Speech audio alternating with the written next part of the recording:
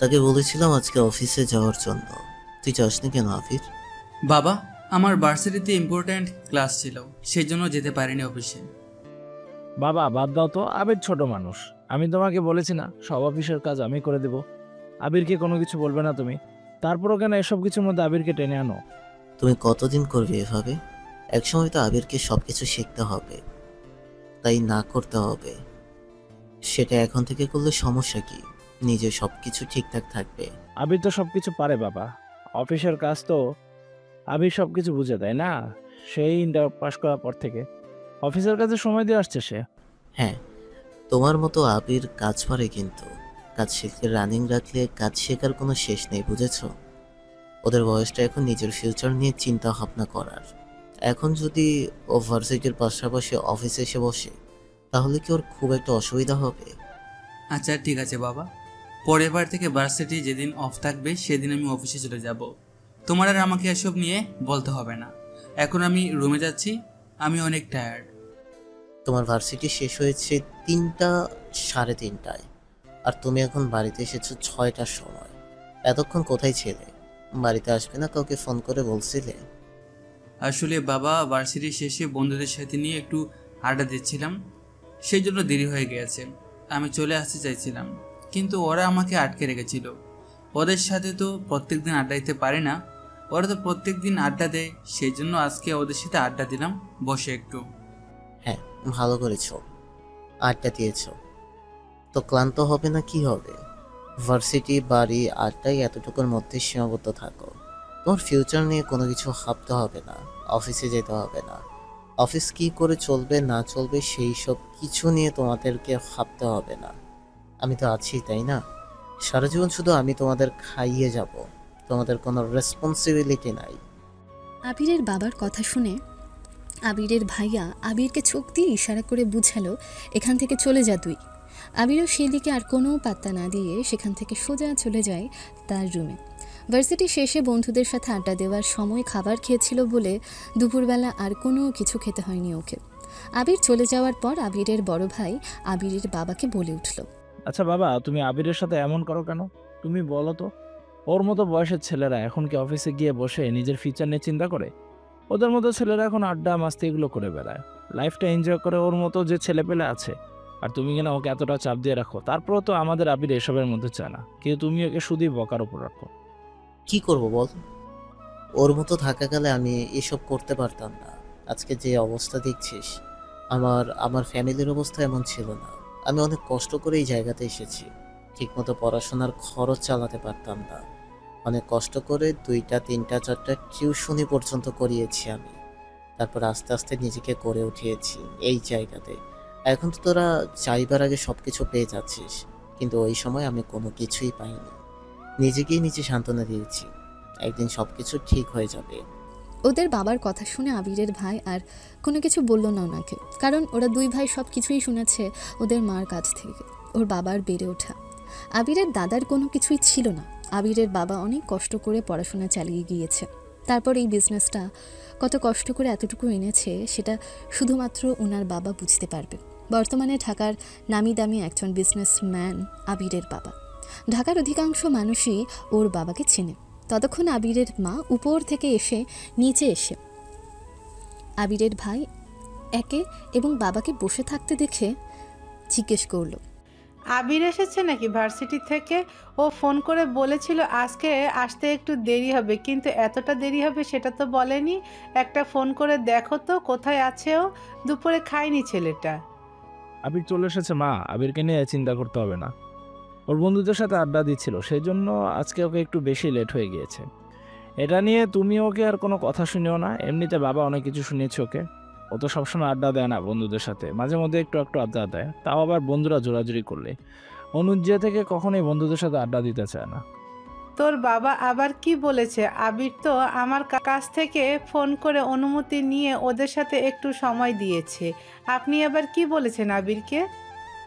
আমি আর কি বলবো, এই সবই যে এইসবে সময় না দিয়ে বিজনেসের মধ্যে চোখ দিতে, যেটা করলে ফিউচারের জন্য ভালো হবে। কিন্তু আমার কথা তো তোমাদের কাছে ভালো লাগে না।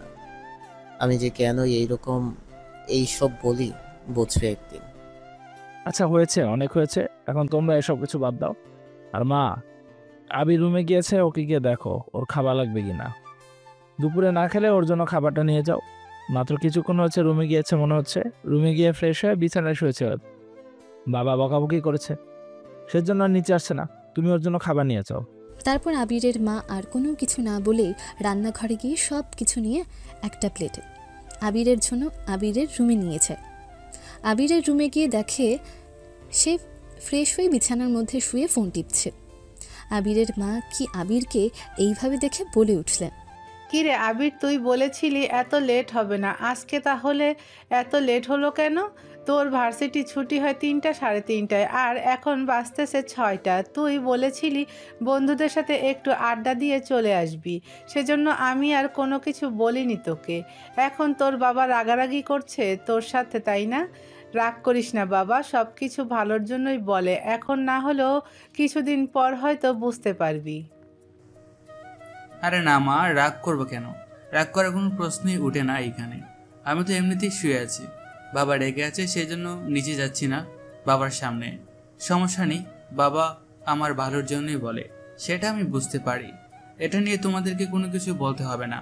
এটা নিয়ে বাবার সাথে আমার কোনো রাগ অভিমান নেই।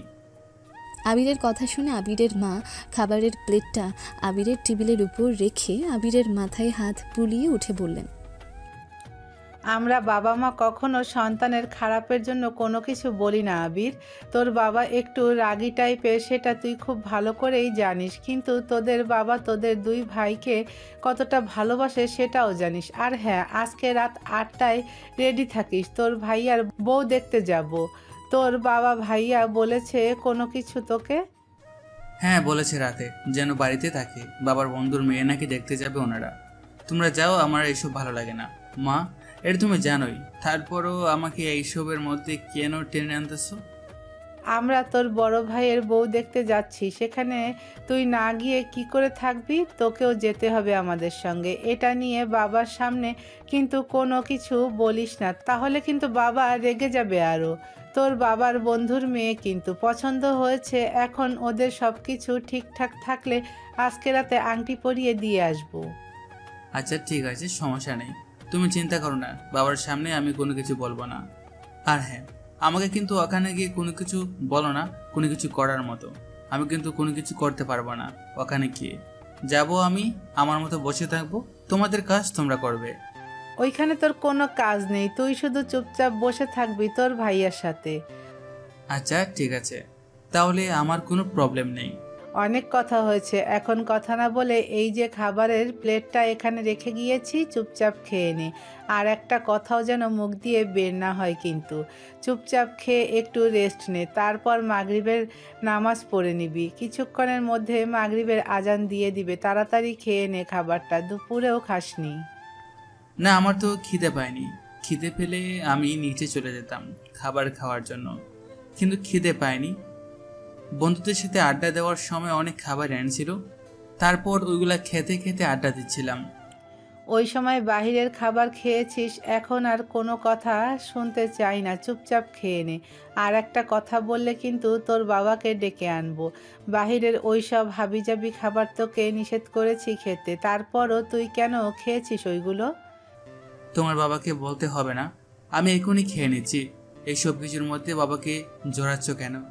আরে বন্ধুরা সবাই একসাথে বসার পর বাইরের খাবার এনেছে, এখন ওদের সাথে তাল মিলে খেয়েছি।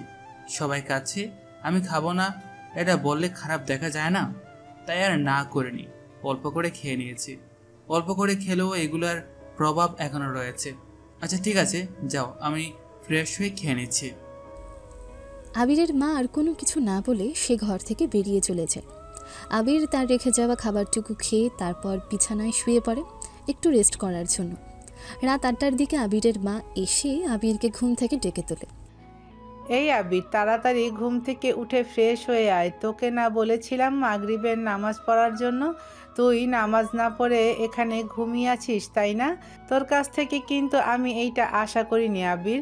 কথা না বলে তাড়াতাড়ি রেডি হয়ে আস, তোর বাবা আমাকে পাঠিয়েছে বলার জন্য, তাড়াতাড়ি যেন রেডি হয়ে যাস, কিছুক্ষণের মধ্যে আমরা বেরিয়ে পড়ব। এখন কয়টা বাজতেছে আম্মু? এটা বলে মোবাইলটা হাতের কাছে নিয়ে স্ক্রিন অন করে দেখলো 8:15 বাজছে। তারপর বিছানার মধ্যে আর বসে না থেকে ওয়াশরুমে চলে যায়। আবিরের মা এখান থেকে চলে যায় আবির যখন ওয়াশরুমে চলে যায়। ওয়াশরুম থেকে বের হয়ে একেবারে রেডি হয়ে তারপর নিচে আসে। দেখতে পায় সকলে রেডি হয়ে বসে আছে আবিরের জন্য। আবিরকে দেখতে পেয়ে আবিরের ভাইয়া বলল, তোকে অনেক সুন্দর লাগতেছে আবির। কি ব্যাপার, এত সেজেগুজে কোথায় যাবি? তোমার জন্য মেয়ে দেখতে যাচ্ছি ভাইয়া। তোমার অন্তত একটু হলেও লজ্জা পাওয়া উচিত। আর তুমি লজ্জার মাথা খেয়ে এসব কি বলতেছো বাবা মার সামনে? আমি কোথায় যাব? তোমরা যেখানে যাচ্ছ আমিও তো সেখানে যাচ্ছি। হ্যাঁ ঠিক আছে, আমার জন্য বউ দেখতে যাচ্ছি, কিন্তু আমি এত সাজিনি, তুই এত সাজিচ্ছিস কেন? আমি আবার কোথায় সাজলাম? শুধু শার্ট প্যান্ট এগুলোই তো পরলাম, আর জুতোটা পরলাম, এছাড়া তো আর কোনো কিছু পরিনি। হ্যাঁ দেখে বোঝা যাচ্ছে পার্লার থেকে কখন এসেছিস। এখন আর কথা না বলে তাড়াতাড়ি চল, বাবা মা হেঁটে চলে গিয়েছে গাড়িতে। এখন আমরা দেরি করলে পরবর্তীতে বাবা আবার রেগে যাবে। আবির নিজেও তার ভাইয়ের কথায় সায় জানিয়ে সেখান থেকে চলে যায় গাড়ির উদ্দেশ্যে। আবিরকে দেখতে একটু বেশি সুদর্শন লাগে, কারণ আবিরের গায়ের রং দুধের মতো ফকফকে সাদা। এদিকে আবিরের বড় ভাইয়ের গায়ের রং উজ্জ্বল শ্যাম বর্ণ। ওদের বাড়িতে সবার মধ্যে আবির সবচেয়ে বেশি সুন্দর। ও নর্মালি ন্যাচারাল থাকলেও সবাই ভাবে ও সেজে গুজে আছে। এসব কথা প্রায় জিজ্ঞেস করে অনেকেই আবিরকে। গাড়িতে উঠে দেখতে পায় আবিরের বাবা এবং মা, তারা দুজন পেছনের ব্যাক সিটে বসে আছে। আবিরের ভাই গিয়ে ড্রাইভিংয়ের পাশের সিটে বসলো এবং আবির ড্রাইভিং সিটে ড্রাইভ করতে থাকে। তোমাদের ভেতর থেকে আসতে এতক্ষণ সময় লাগলো কেন? তোমরা এতক্ষণ কি করেছো ভেতরে? আমরা দুজন সেই কখন বেরিয়ে এসেছি, তোমাদের জন্য অপেক্ষা করতেছি, কিন্তু তোমাদের আসার কোনো নাম নেই। তেমন কিছু না বাবা, আমি আর আবির একটু কথা বলতে আসছিলাম, সেই জন্য একটু দেরি হয়ে গেছে, তাছাড়া আর কিছুই না। আচ্ছা ঠিক হয়েছে, যেটা হয়েছে হয়েছে। এখন সাবধানে ড্রাইভ করিস কিন্তু। এদিকে রাস্তাঘাটে অনেক গাড়ি ঘোড়া রয়েছে, একটু দেখে শুনে ড্রাইভ করিস। ঠিক আছে বাবা, তুমি চিন্তা করো না, আমি সাবধানে ড্রাইভ করব। এটা বলে আবির আস্তে আস্তে গাড়ি চালাতে থাকে, খুব সাবধানে, কারণ গাড়ির পেছনের ব্যাক সিটে বসে আছে আবিরের বাবা এবং মা। আবিরের বাবা একটু খুঁত পেলে চেঁচামেচি শুরু করবে। ওনার কথা হচ্ছে যত দূরের রাস্তায় হোক না কেন আস্তে আস্তে গাড়ি চালাতে হবে, এক সময় না এক সময় গন্তব্যে পৌঁছাবই, এটা জানাই আছে। বেশ অনেকটা সময় জার্নি করার পর তারা চলে আসে একটা বাড়ির সামনে। তাদের গাড়িটা দেখে দারোয়ান গেট খুলে দেওয়ার পর গাড়িটা নিয়ে ভেতরে প্রবেশ করে তারা। ভেতরে একটা বাড়ির সামনে গাড়িটা রাখার পর দেখতে পায় দুজন মুরব্বি টাইপের লোক দাঁড়িয়ে আছে। আবিরের বাবা গিয়ে একজন লোকের সাথে প্রথমে হাত মিলিয়ে অপরজনের সাথে হাঁক করলো, তারপর ওরা কথা বলল। কেমন আছিস বন্ধু? তোর সাথে অনেকদিন পর দেখা হচ্ছে। আলহামদুলিল্লাহ ভালো আছি, তুই কেমন আছিস? তা তো বেশ বলেছিস, অনেকদিন পরই দেখা হয়েছে। এত কাছে থেকেও আমরা একসাথে থাকতে পারি না, যোগাযোগ নেই আমাদের, একজন আরেকজনকে সময় দিতে পারি না। কি আর করবো বল, এখনো তো ছেলেদের হাতে পুরোপুরি বিজনেসের দায়িত্ব তুলে দিতে পারিনি, সেজন্য নিজেকেও সময় দিতে পারছি না, বন্ধু বান্ধবদের কেউ সময় দিতে পারি না। আচ্ছা ঠিক আছে, এসব কথা পরে হবে, এখন ভাবিকে নিয়ে ঘরে চল। বাইরে দাঁড়িয়ে থাকবি আর কত? ভাবি আপনি কেমন আছেন? আপনার সাথেও বেশ অনেকদিন পর দেখা হয়েছে। আলহামদুলিল্লাহ ভালো আছি ভাই, আপনি কেমন আছেন? তা তো অবশ্যই, আপনি তো আগে আমাদের বাসায় যেতেন, কিন্তু এখন তো আর আগের মতো যান না। তো কি করব আপা বলেন, চাকরির জন্য কোথাও যেতে পারি না, অফিস থেকে ছুটি নেওয়া একেবারে নিষেধ। কিন্তু আপনার মেয়ে যখন নিয়ে যাব আমাদের মেয়ে বানিয়ে, তখন ঠিকই যাবেন, তখন আর না গিয়ে উপায় থাকবে না। আবিরের মায়ের কথায় হাসে। এখান থেকে আবিরের বাবা এবং আবিরের বাবার বন্ধু হাসতে হাসতে সবাই মিলে ভেতরে ঢোকে। তাদের পেছন পেছন ওরা দুই ভাই আস্তে আস্তে ভেতরে ঢোকে, সবাইকে ভেতরে ঢুকিয়ে নিয়ে বসতে দেয়। আবির আর আবিরের বড় ভাই একসাথে বসে পড়ে। ওরা দুজন মিলে বেশ অনেকটা সময় গল্প করার পর ওরা বন্ধুরা, তারপর আবিরের বাবা বলে উঠল, তোর সাথে অনেক গল্প করতাম, এখন আমার মেয়েটাকে ডাক, অনেকদিন ধরে মেয়েটাকে দেখি না। মেয়ের বাবা আর কোনো কিছু না বলে সেখান থেকে উঠে মেয়ের মাকে গিয়ে বলল যেন মেয়েকে নিয়ে আসে। আচ্ছা ঠিক আছে, আপনি ওদের সাথে বসুন, আমি আরিশাকে নিয়ে আসছি। মেয়ের বাবা সেখান থেকে আবারও আবিরদের কাছে গিয়ে বসে। তোর ভাবি আরিশাকে নিয়ে আসতেছে। ততক্ষণে ওদেরকে যে নাস্তাটা দিয়েছিল ওগুলো খেয়ে নেয়, তারপর ওরা চা বিস্কিট খায়। এর মাঝে আরিশাকে নিয়ে সেখানে আসে আরিশার মা। আরিশাকে আনার পর আবিরের মা উঠে গিয়ে আরিশাকে নিয়ে এসে আবিরের মায়ের সাথে বসায়। আবিরের মায়ের সাথে বসিয়ে আবিরের মা জিজ্ঞেস করলো, কেমন আছো মামুনি? আমাদেরকে চিনতে পেরেছো তুমি? জি আলহামদুলিল্লাহ ভালো আছি। আপনারা কেমন আছেন আন্টি? জি আন্টি, আপনাদেরকে চিনি। আরিশার এর বেশি আর কোনো কথা বলেনি, কারণ সে নতুন বউয়ের মতো এসে এখানে বসেছিল সকলের সামনে। আরিশার এমন উত্তর শুনে আবিরের মা অনেকটা খুশি হয়ে জিজ্ঞেস করলো, তাহলে তো আমার মামুনিকে আমার ঘরের বউ করে নিয়ে যাব। আরিশা মামুনি, তুমি আমার ঘরে আমার মেয়ে হয়ে যেতে তোমার কোনো অসুবিধা আছে? আরিশা কোনো কিছু বলে না, সেখানে লজ্জা পায় অনেক। তারপর আবিরের বাবা আবার আরিশাকে বলে উঠল, কেমন আছো মামনি? আমাকে চিনতে পেরেছো তো, তাই না? তোমাকে সেই ছোটবেলায় দেখেছিলাম, তারপর আর তোমার সাথে দেখা হয়নি। আজকে 5 বছর পর আবার তোমাদের বাড়িতে আসলাম তোমাদের সাথে দেখা করতে। আলহামদুলিল্লাহ ভালো আছি আঙ্কেল, আপনি ভালো আছেন? আলহামদুলিল্লাহ ভালো আছি মামনি। তোমাকে আমার মেয়ে করে নিয়ে যেতে এসেছি। আমার বাড়িতে যাবে তো আমার সাথে? আরিশা ওদের কথার পরিবর্তে কোনো কিছুই বলে না, শুধু চুপ করে থাকে সে। তারপর এক সময় এসে আবিরের বড় ভাই এবং আরিশাকে কথা বলার সুযোগ করে দেওয়া হলো। তারপর ওদেরকে ছাদে পাঠিয়ে দেয়। ছাদের মধ্যে গিয়ে আগে আবিরের ভাই জিজ্ঞেস করলো, আমাদের দুজনের বিয়ে দিতে চাচ্ছে ফ্যামিলি, তুমি কি সেটা জানো? যে আমি সেটা জানি। তোমার কি এই বিয়েতে কোনো আপত্তি আছে? না মানে অনেকের তো থাকে না, এমন ওদের বয়ফ্রেন্ড থাকে, ওরা বিয়ে করতে চায় না, এরকম আর কি। যদি থাকে তাহলে বলতে পারো, আমি ফ্যামিলিকে বুঝিয়ে বলবো। তুমি কি চাও সেটাও বলো। আমার কোনো বয়ফ্রেন্ড নেই, কাউকে ভালোবাসি না। আমার ফ্যামিলিতে এসব একদম নিষিদ্ধ। সেই জন্য আমরা দুই বোনের মতো কেউ এসবের মধ্যে জড়াইনি। আচ্ছা ঠিক আছে, আমাকে কি তোমার পছন্দ হয়েছে? মানে তোমারও তো একটা পছন্দ হচ্ছে, তাই না? আরিশা কোনো কিছু বলে না। আরিশাকে চুপ করে থাকতে দেখে ভাই আবারও বলে উঠল, দেখো, এটা নর্মালি আমাকে তোমার পছন্দ নাই হতে পারে, সেটা মুখে বলতে হবে, তাই না? এই পৃথিবীতে সবাইকে পছন্দ করে এমন না, কারণ সবার চয়েস আর একরকম না, তাই না? তাহলে আমি কি ওদের সবাইকে নিচে গিয়ে না করে দেবো এই বিয়ে? আবিরের ভাইয়ের কথা শুনে এবার আরিশা মুখ খুলল। আবিরের ভাইয়ের চোখের দিকে তাকিয়ে বলে উঠল, আমি কি বলেছি আপনাকে যে আপনাকে আমার পছন্দ হয়নি? আপনি নিজে এত বকবক কেন করে যাচ্ছেন? আপনাকে যদি আমার পছন্দ না হতো তাহলে তো আমি আমার ফ্যামিলিকে না করতাম, এতটুকু আসতাম না, বুঝেছেন? আপনার ছবি আমি আগেই দেখেছি। তাহলে এতক্ষণ চুপ করেছিলে কেন? আমি কত কিছু জিজ্ঞাসা করেছি কিন্তু তোমার কোনো উত্তর আসেনি, সেজন্য আমি ভেবে নিয়েছি হয়তো আমাকে তোমার পছন্দ হয়নি, সেজন্য কথা বলতেছো না। আপনি কি এটাও জানেন না যে নীরবতা সম্মতির লক্ষণ? এটা বিশেষ করে মেয়েদের ক্ষেত্রে, বুঝেছেন?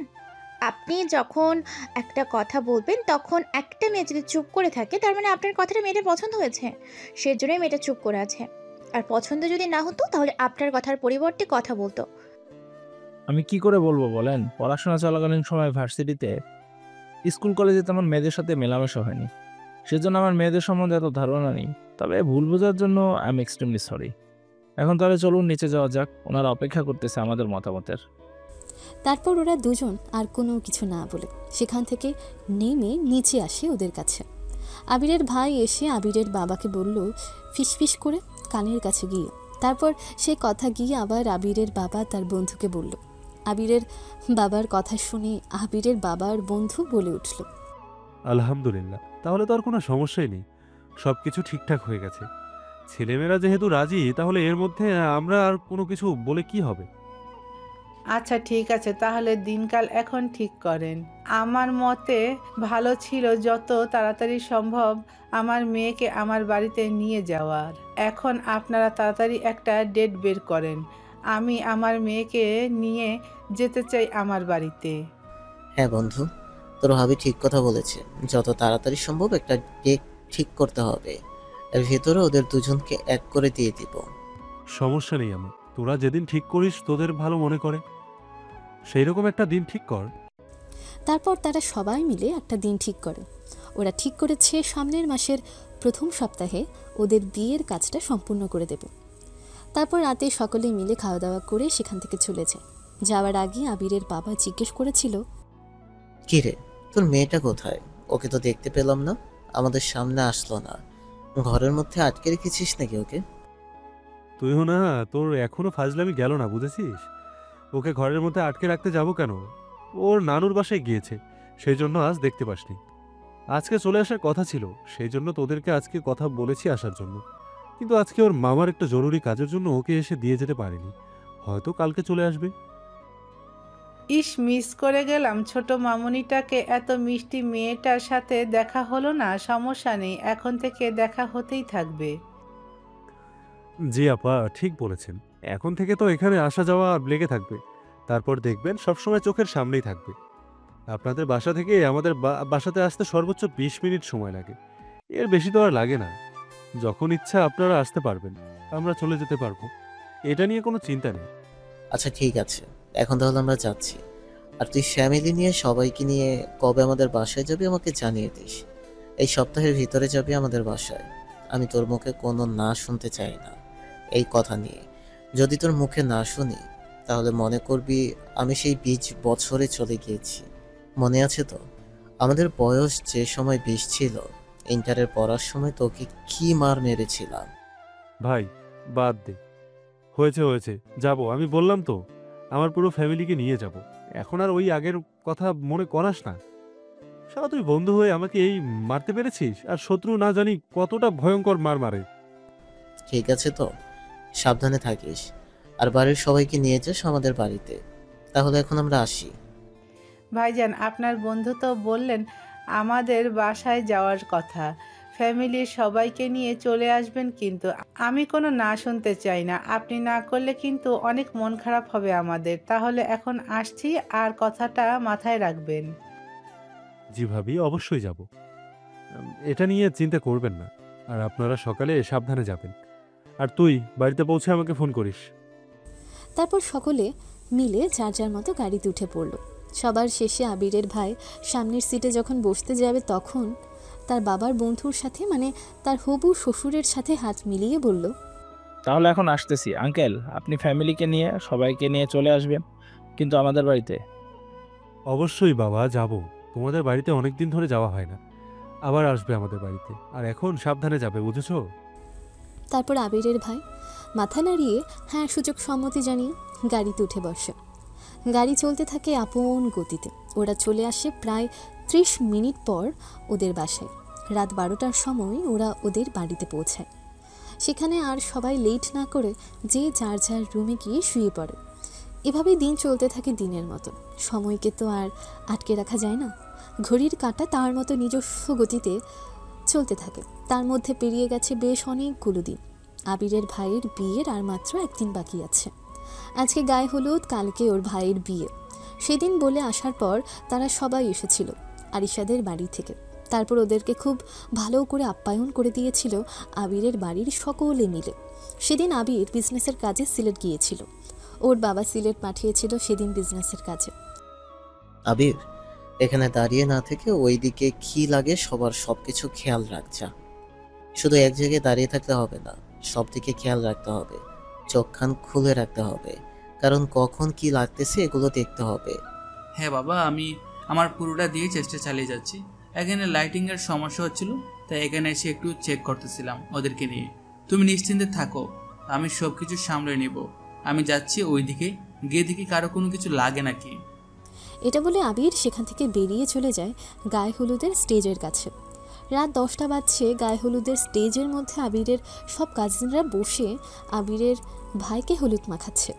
আবিরকে নিচে এভাবে কাজ করতে দেখে আবিরের ভাই স্টেজ থেকে আবিরকে ডেকে উঠল। আবির এদিকে আসো, তোর সাথে কিছু কথা আছে। ভাইয়া এখন একটু ব্যস্ত আছি, কাজ করতেছি, একটু পর আসতেছি। তুমি এখন ওদের সাথে টাইম পাস করো, রাতে তোমার সাথে থাকবো, তোমার লাগে চিন্তা করো না। তোকে এখন আমি ডেকেছি, তার মানে ইম্পর্টেন্ট কোনো বিষয় ছাড়া আমি ডাকিনি, তাই না?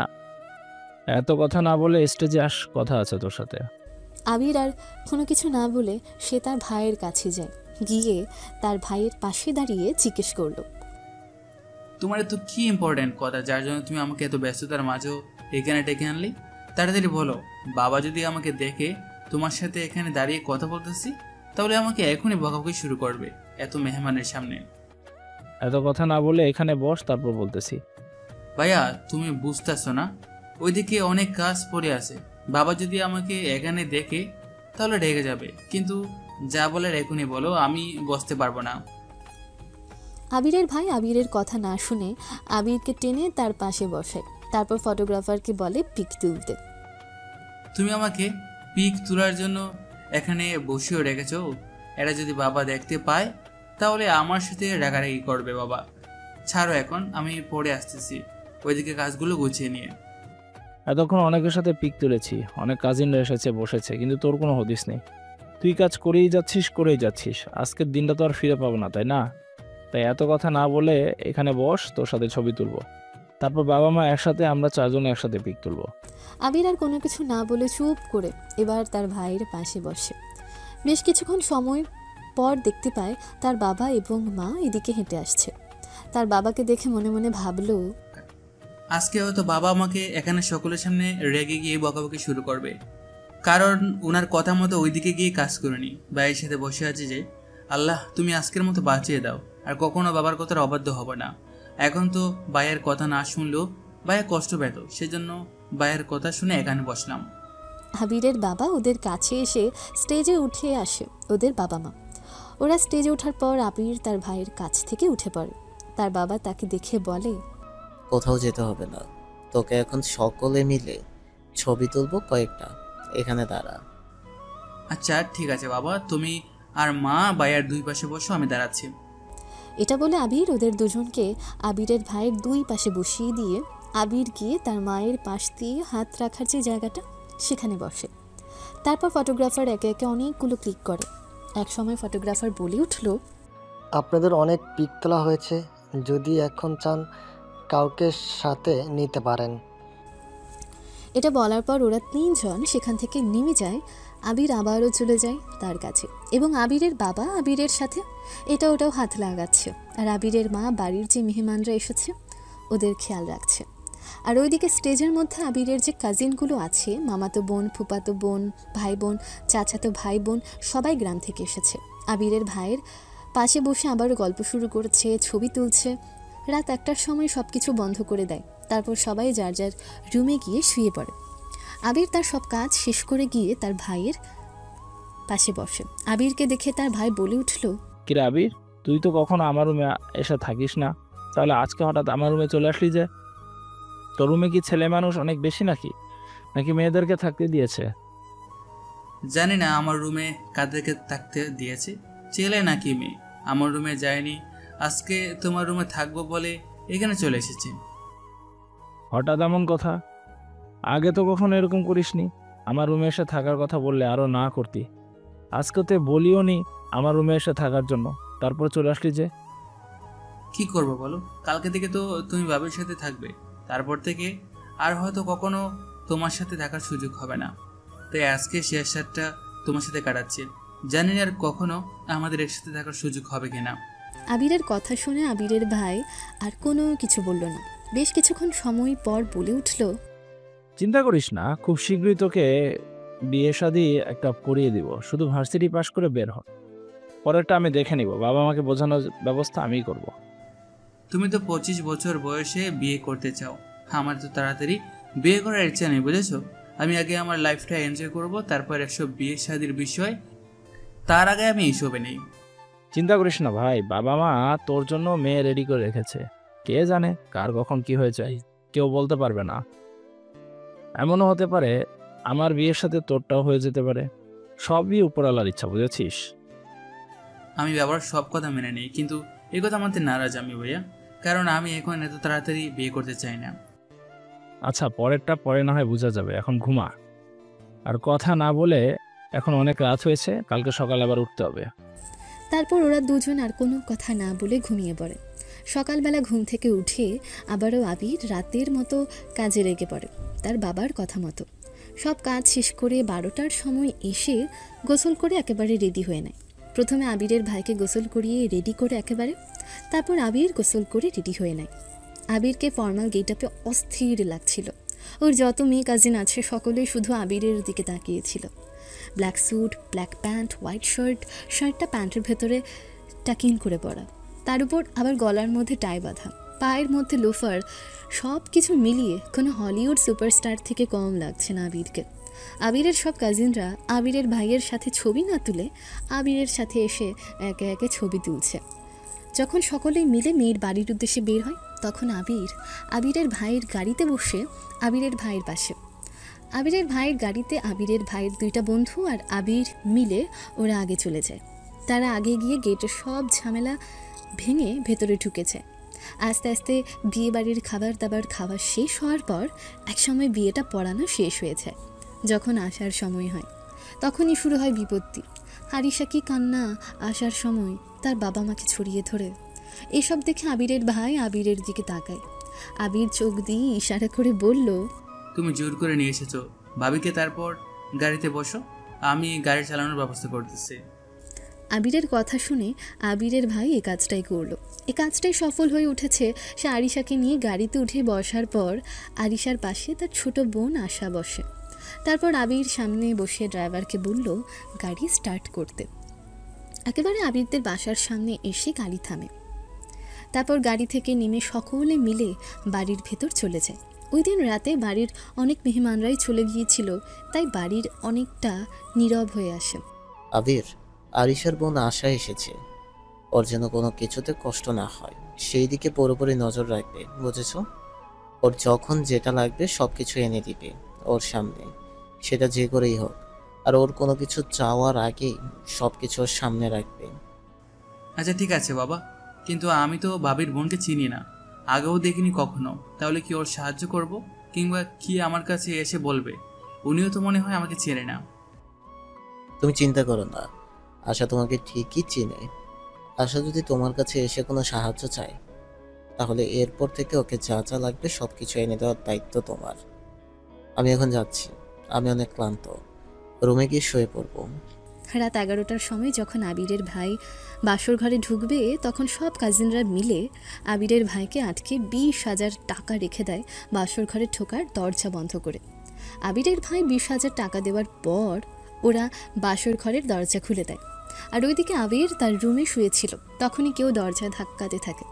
দরজা খোলা ছিল তাই আবির শুয়ে থাকলো। বলল, আসতে পারেন, সমস্যা নেই, ভিতরে চলে আসেন, দরজা খোলা আছে। আবিরের কথা শুনে আশা আর না দাঁড়িয়ে ভেতরে আসে। এত রাতে আবিরের ঘরে একটা মেয়েকে দেখে আবির বিছানা থেকে উঠে বসে। তারপর মেয়েটার দিকে তাকিয়ে দেখল আবিরের চেয়েও অনেক ফর্সা মেয়েটা, দুধের চেয়েও সাদা। আবিরের মনে হচ্ছে সে একটা পুতুলের সামনে দাঁড়িয়ে আছে কিংবা বসে আছে। পুতুল বললে ভুল হবে, পরী বলা যায় মেয়েটাকে। মেয়েটাকে পরীর সাথে তুলনা করলেও কম হবে। আবিরের হুঁশ আসে তখন যখন মেয়েটা আবিরকে ডাকে। এই যে শুনতে পাচ্ছেন, আমি আশা। এখানে আসার পর আঙ্কেল এই রুমটা দেখিয়েছিল, বলেছে তোমার যখন যেটা লাগবে তখন ওই রুমে গিয়ে আবিরকে বললেই সে তোমার সামনে সব কিছু এনে রাখবে। তাই আর কোনো কিছু না ভেবে এখানে চলে এসেছি। আশার কথা শুনে আবির অনেকটা চমকে ওঠে।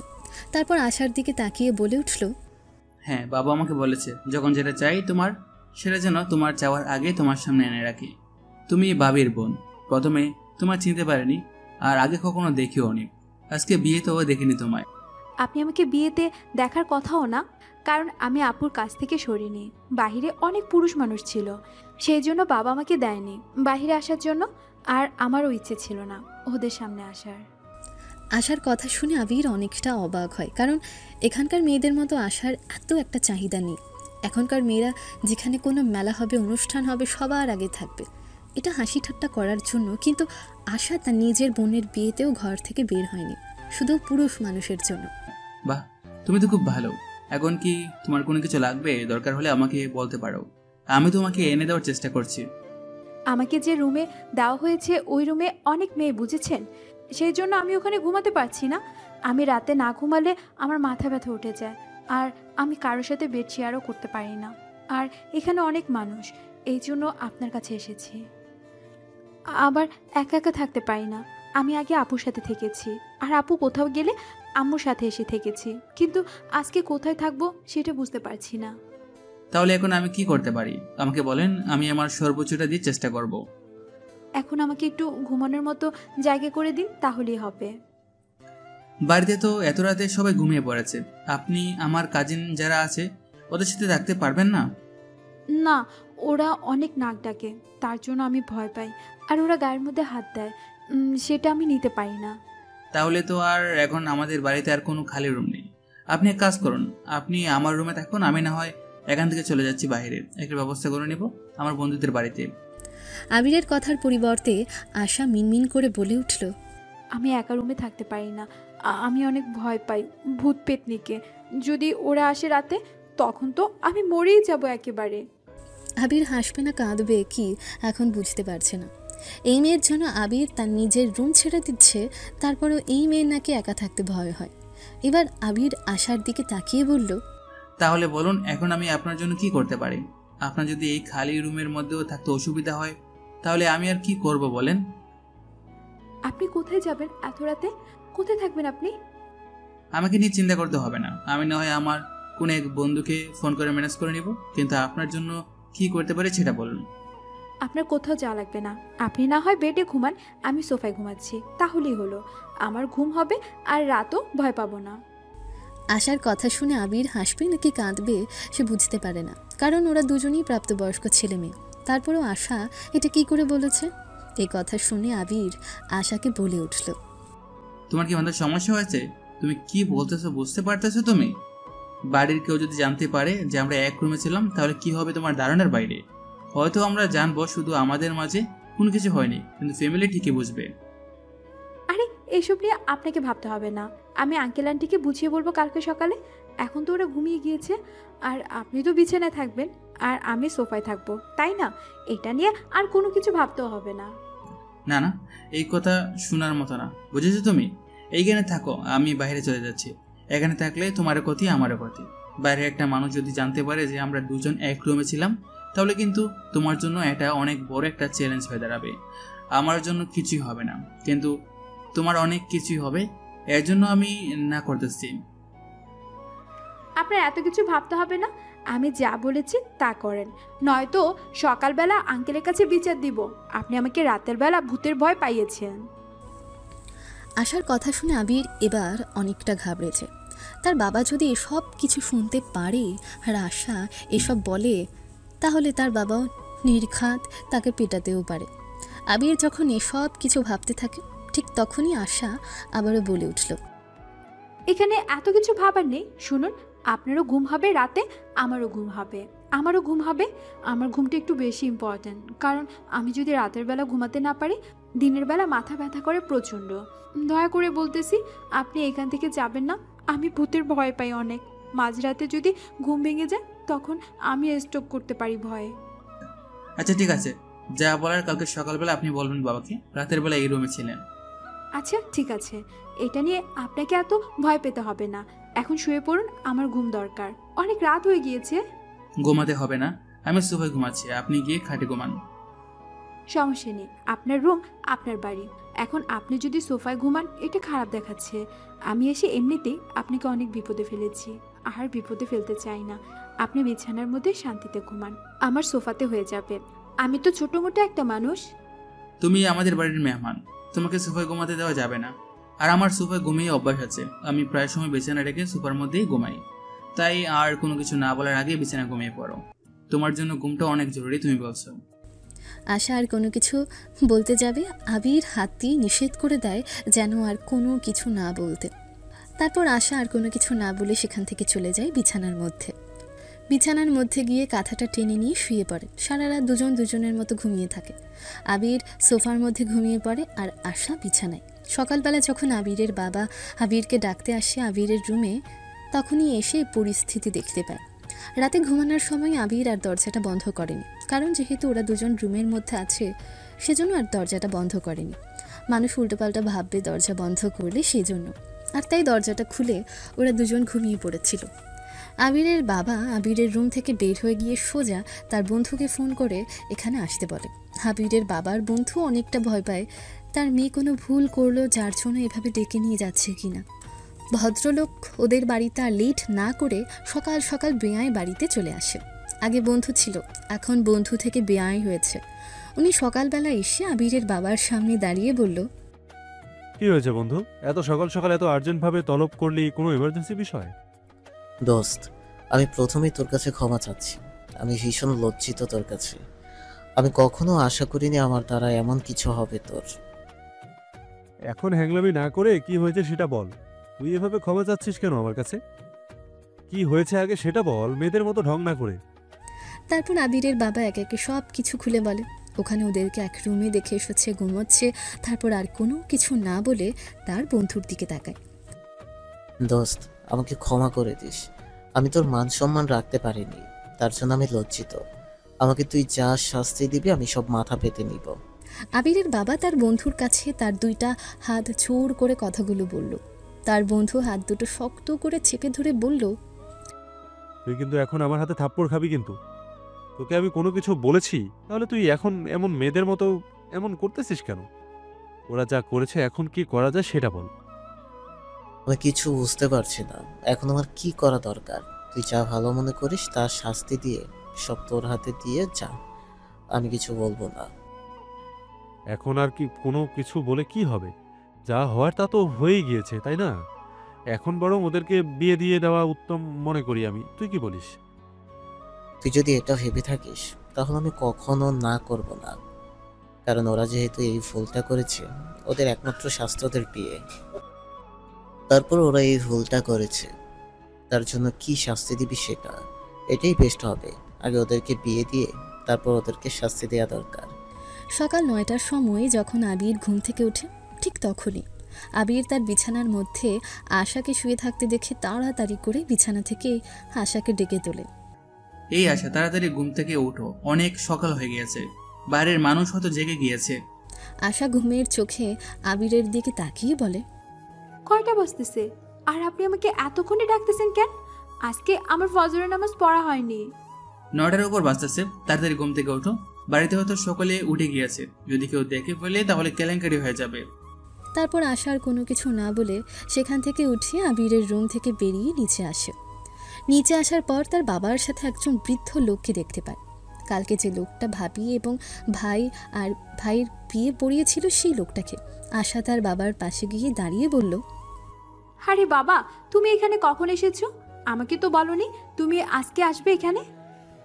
আবিরের বাবা এবং আশার বাবা আশার দিকে তাকায়। তারপর আশার বাবা আশাকে বলে উঠল, আশা, উপরে গিয়ে আবিরকে ডেকে নিয়ে এসো এখনই। বলবে এখন যাতে নিচে আসে, সবাই বসে আছে আবিরের জন্য। আশা কিছু বলতে যাবে তার বাবাকে, কিন্তু আশাকে থামিয়ে দিয়ে তার বাবা বলে উঠলেন, তোমার মুখে আর কোনো কথা শুনতে চাচ্ছি না, যেটা বলেছি সেটা করো ফার্স্ট। আবিরকে ডেকে নিয়ে আসো নিচে। আশা আর কোনো কথা না বলে সেখান থেকে সোজা আবার উপরে উঠে আবিরের রুমে আসে। এসে দেখতে পায় আবির ওয়াশরুমে গিয়েছে। তারপর আশা আবিরের বিছানার মধ্যে কিছুক্ষণ সময় বসে। এর মধ্যে বাড়িতে যত লোক ছিল সকলে নিচে আসে নাস্তা করার জন্য। আবিরের ভাই ওই লোকটাকে দেখে তার বাবাকে জিজ্ঞেস করলো, বাবা, উনি তো কাজী সাহেব তাই না? উনি তো কালকে আমার আরিশার বিয়ে পড়িয়েছে। আর বাবা, আপনি কখন এসেছেন? বাড়িতে সবকিছু ঠিকঠাক আছে তো নাকি? আলহামদুলিল্লাহ ভালো আছি বাবা। হ্যাঁ, সবকিছু ঠিকঠাক আছে। তোমরা কি নাস্তা করে নাও। আর ওনাকে একটা কাজে এনেছি, এইখানে নাস্তা করে এসো, তারপর জানতে পারবে। তারপর সেখানে আর কোনো কিছু না বলে সকলে মিলে একসাথে নাস্তা করে নেয়, শুধু ভাবির বাবা এবং আবিরের বাবা। ওদের দুই বন্ধুকে যখন আবিরের মা নাস্তা খাওয়ার জন্য ডাকে, তখন ভাবির বাবা বলে ওঠে, আশা, একটু পরে খাবো, এখন খিদে নেই। আবিরের মা বারবার জোর করেছে, কিন্তু তাদের এক কথা পরে খাবে, এখন খাবে না তারা। তাই আর কেউ জোর করেনি। বেশ অনেকক্ষণ পর আবির নিচে আসে। আবির নিচে এসে তার বাবাকে জিজ্ঞেস করে, বাবা, তুমি নাকি আমাকে ডেকেছিলে? ওয়াশরুমে ছিলাম, সেজন্য একটু লেট হয়েছে। আবিরকে দেখে আবিরের বাবা বলে উঠলেন, এখানে বসো। আশা, তুমিও বসো এখানে। কাজী সাহেব, আপনি কাজ শুরু করেন। আবির প্রথমে গিয়ে বসে পড়ে। আবিরের বাবার কথা অনুযায়ী আশা যখনই বসে তখনই কাজী সাহেবকে এমন কথা বলায় আবির কিছুটা আন্দাজ করতে পারে। বাবা, তুমি যা ভাবতেছো একদম তা না, আমাকে আমার কথাটা বলতে দাও। তাদেরকে আর কোনো কিছু বলার সুযোগ না দিয়ে আবিরকে থামিয়ে দিয়ে ভাবির বাবা বলে উঠলেন, দেখো আবির, তোমরা যা করেছো না করেছো সেটা আমরা কিছু জানতে চাই না। এখন আমরা যেটা করছি সেটা চুপচাপ মেনে নাও তোমরা। আশা করি এতে আমাদের দুই ফ্যামিলির উপকার হবে। কিন্তু আঙ্কেল, আপনারা যেটা...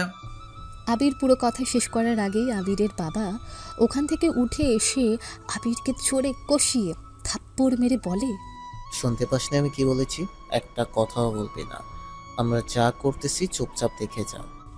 ওদের কথার মাঝখানে আশা ভয়ে কোনো কথাই বলতে পারে না। বেচারা ভয়ে কান্না করে দিয়েছে, কিন্তু শব্দ হচ্ছে না। চোখ দিয়ে টুপটাপ পানি পড়ছে, কিন্তু কেউ বুঝতে পারছে না। তারপর এক পর্যায়ে যখন ওদের বিয়েটা শেষ হয়ে যায়, তখন আবিরের বাবা আবিরের ভাইকে বলে উঠল, শোন, 6 মাসের ভিতরে যেন বাড়িতে আসতে না পারে সে ব্যবস্থা কর। আজকে বিকেলের মধ্যে ওকে আমেরিকা পাঠানোর ব্যবস্থা কর। আমাকে কোনো প্রশ্ন করবে না, যা বলেছে তাই কর। যদি এই কাজ না হয়েছে তাহলে আমার মরা মুখ দেখবি তুই।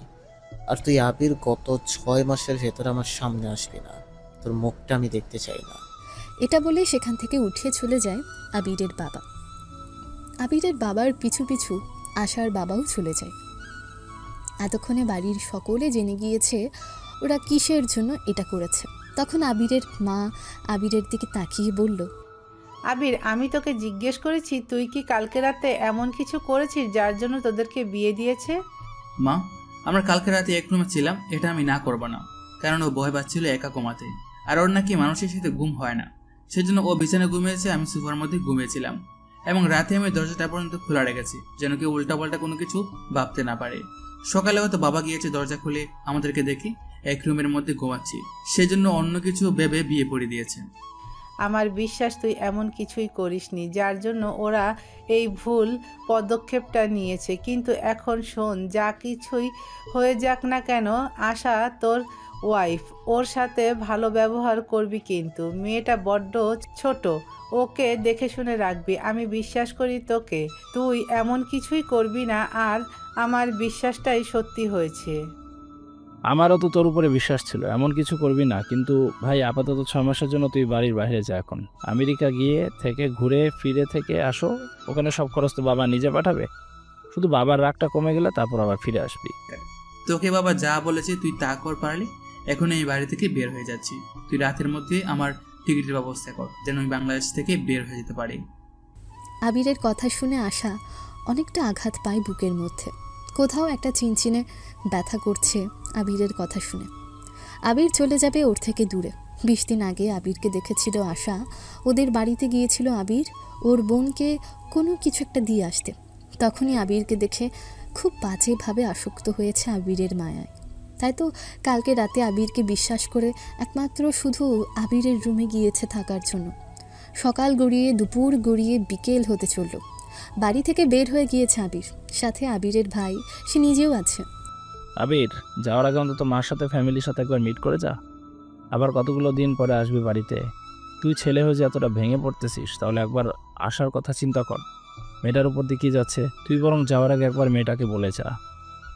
এসব কিছু না ভাইয়া, বাড়িতে গিয়ে সকলের খেয়াল রেখো, আর আমার বিদায় জানিও সকলকে। আর আমি এয়ারপোর্ট পর্যন্ত যেতে পারবো, আমাকে এগিয়ে দেওয়া লাগবে না। আমি এখান থেকে বাসে চলে যাব, আর তুমি বরং তোমার শালের একটু খেয়াল রাখো। আমি যতদিন পর্যন্ত না এখানে ফিরতেছি। ভাই কিছু বলতে যাবে, তার আগেই আবির ওনাকে থামিয়ে দিয়ে বলল, ভাই আমাকে এই বিষয়ে আর কোনো কিছু বলো না। অনেক বড় একটা সিদ্ধান্ত নিয়েছে বাবা। বাবার সব সিদ্ধান্তকে আমি সম্মান করি, তাই বাড়িতে আর যাব না যদি বাবার সামনে পড়ে যায়। এখন তাহলে যাচ্ছি, দোয়া করো আমার জন্য। এটা বলে আবির সেখান থেকে চলে যায়। তারা এসেছিল মূলত আবিরের জন্য কিছু কেনাকাটা করার জন্য।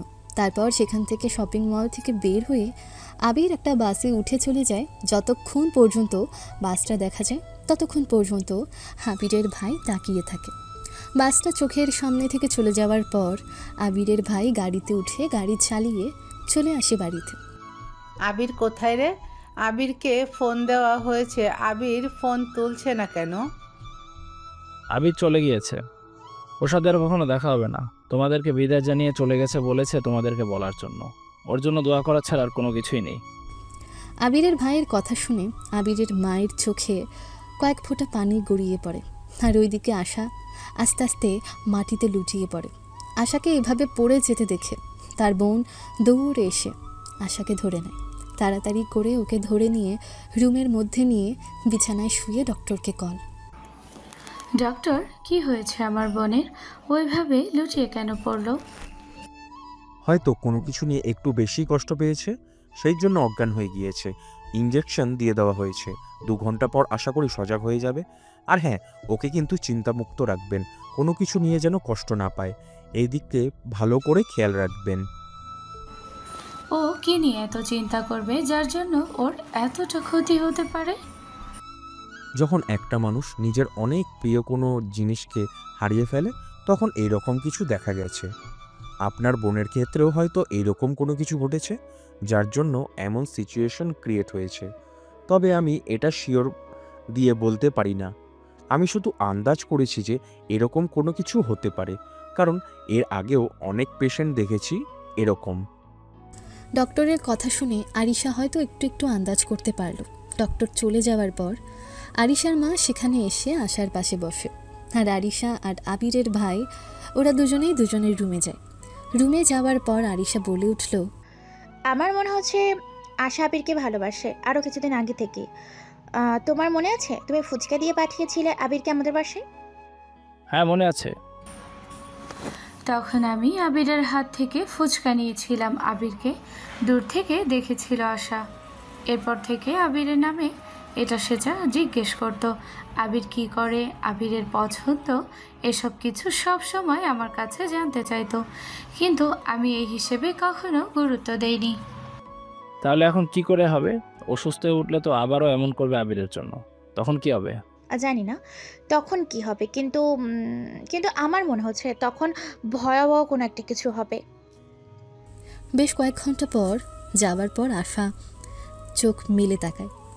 আশাকে তাকাতে দেখে আশার মা আশাকে ডেকে বলে উঠল, এখন কেমন লাগছে মা তোর? শরীরটা ভালো লাগছে এখন? তুই কোনো কিছুই খাসনি, তুই বস, আমি একটু তোর জন্য খাবার নিয়ে আসি।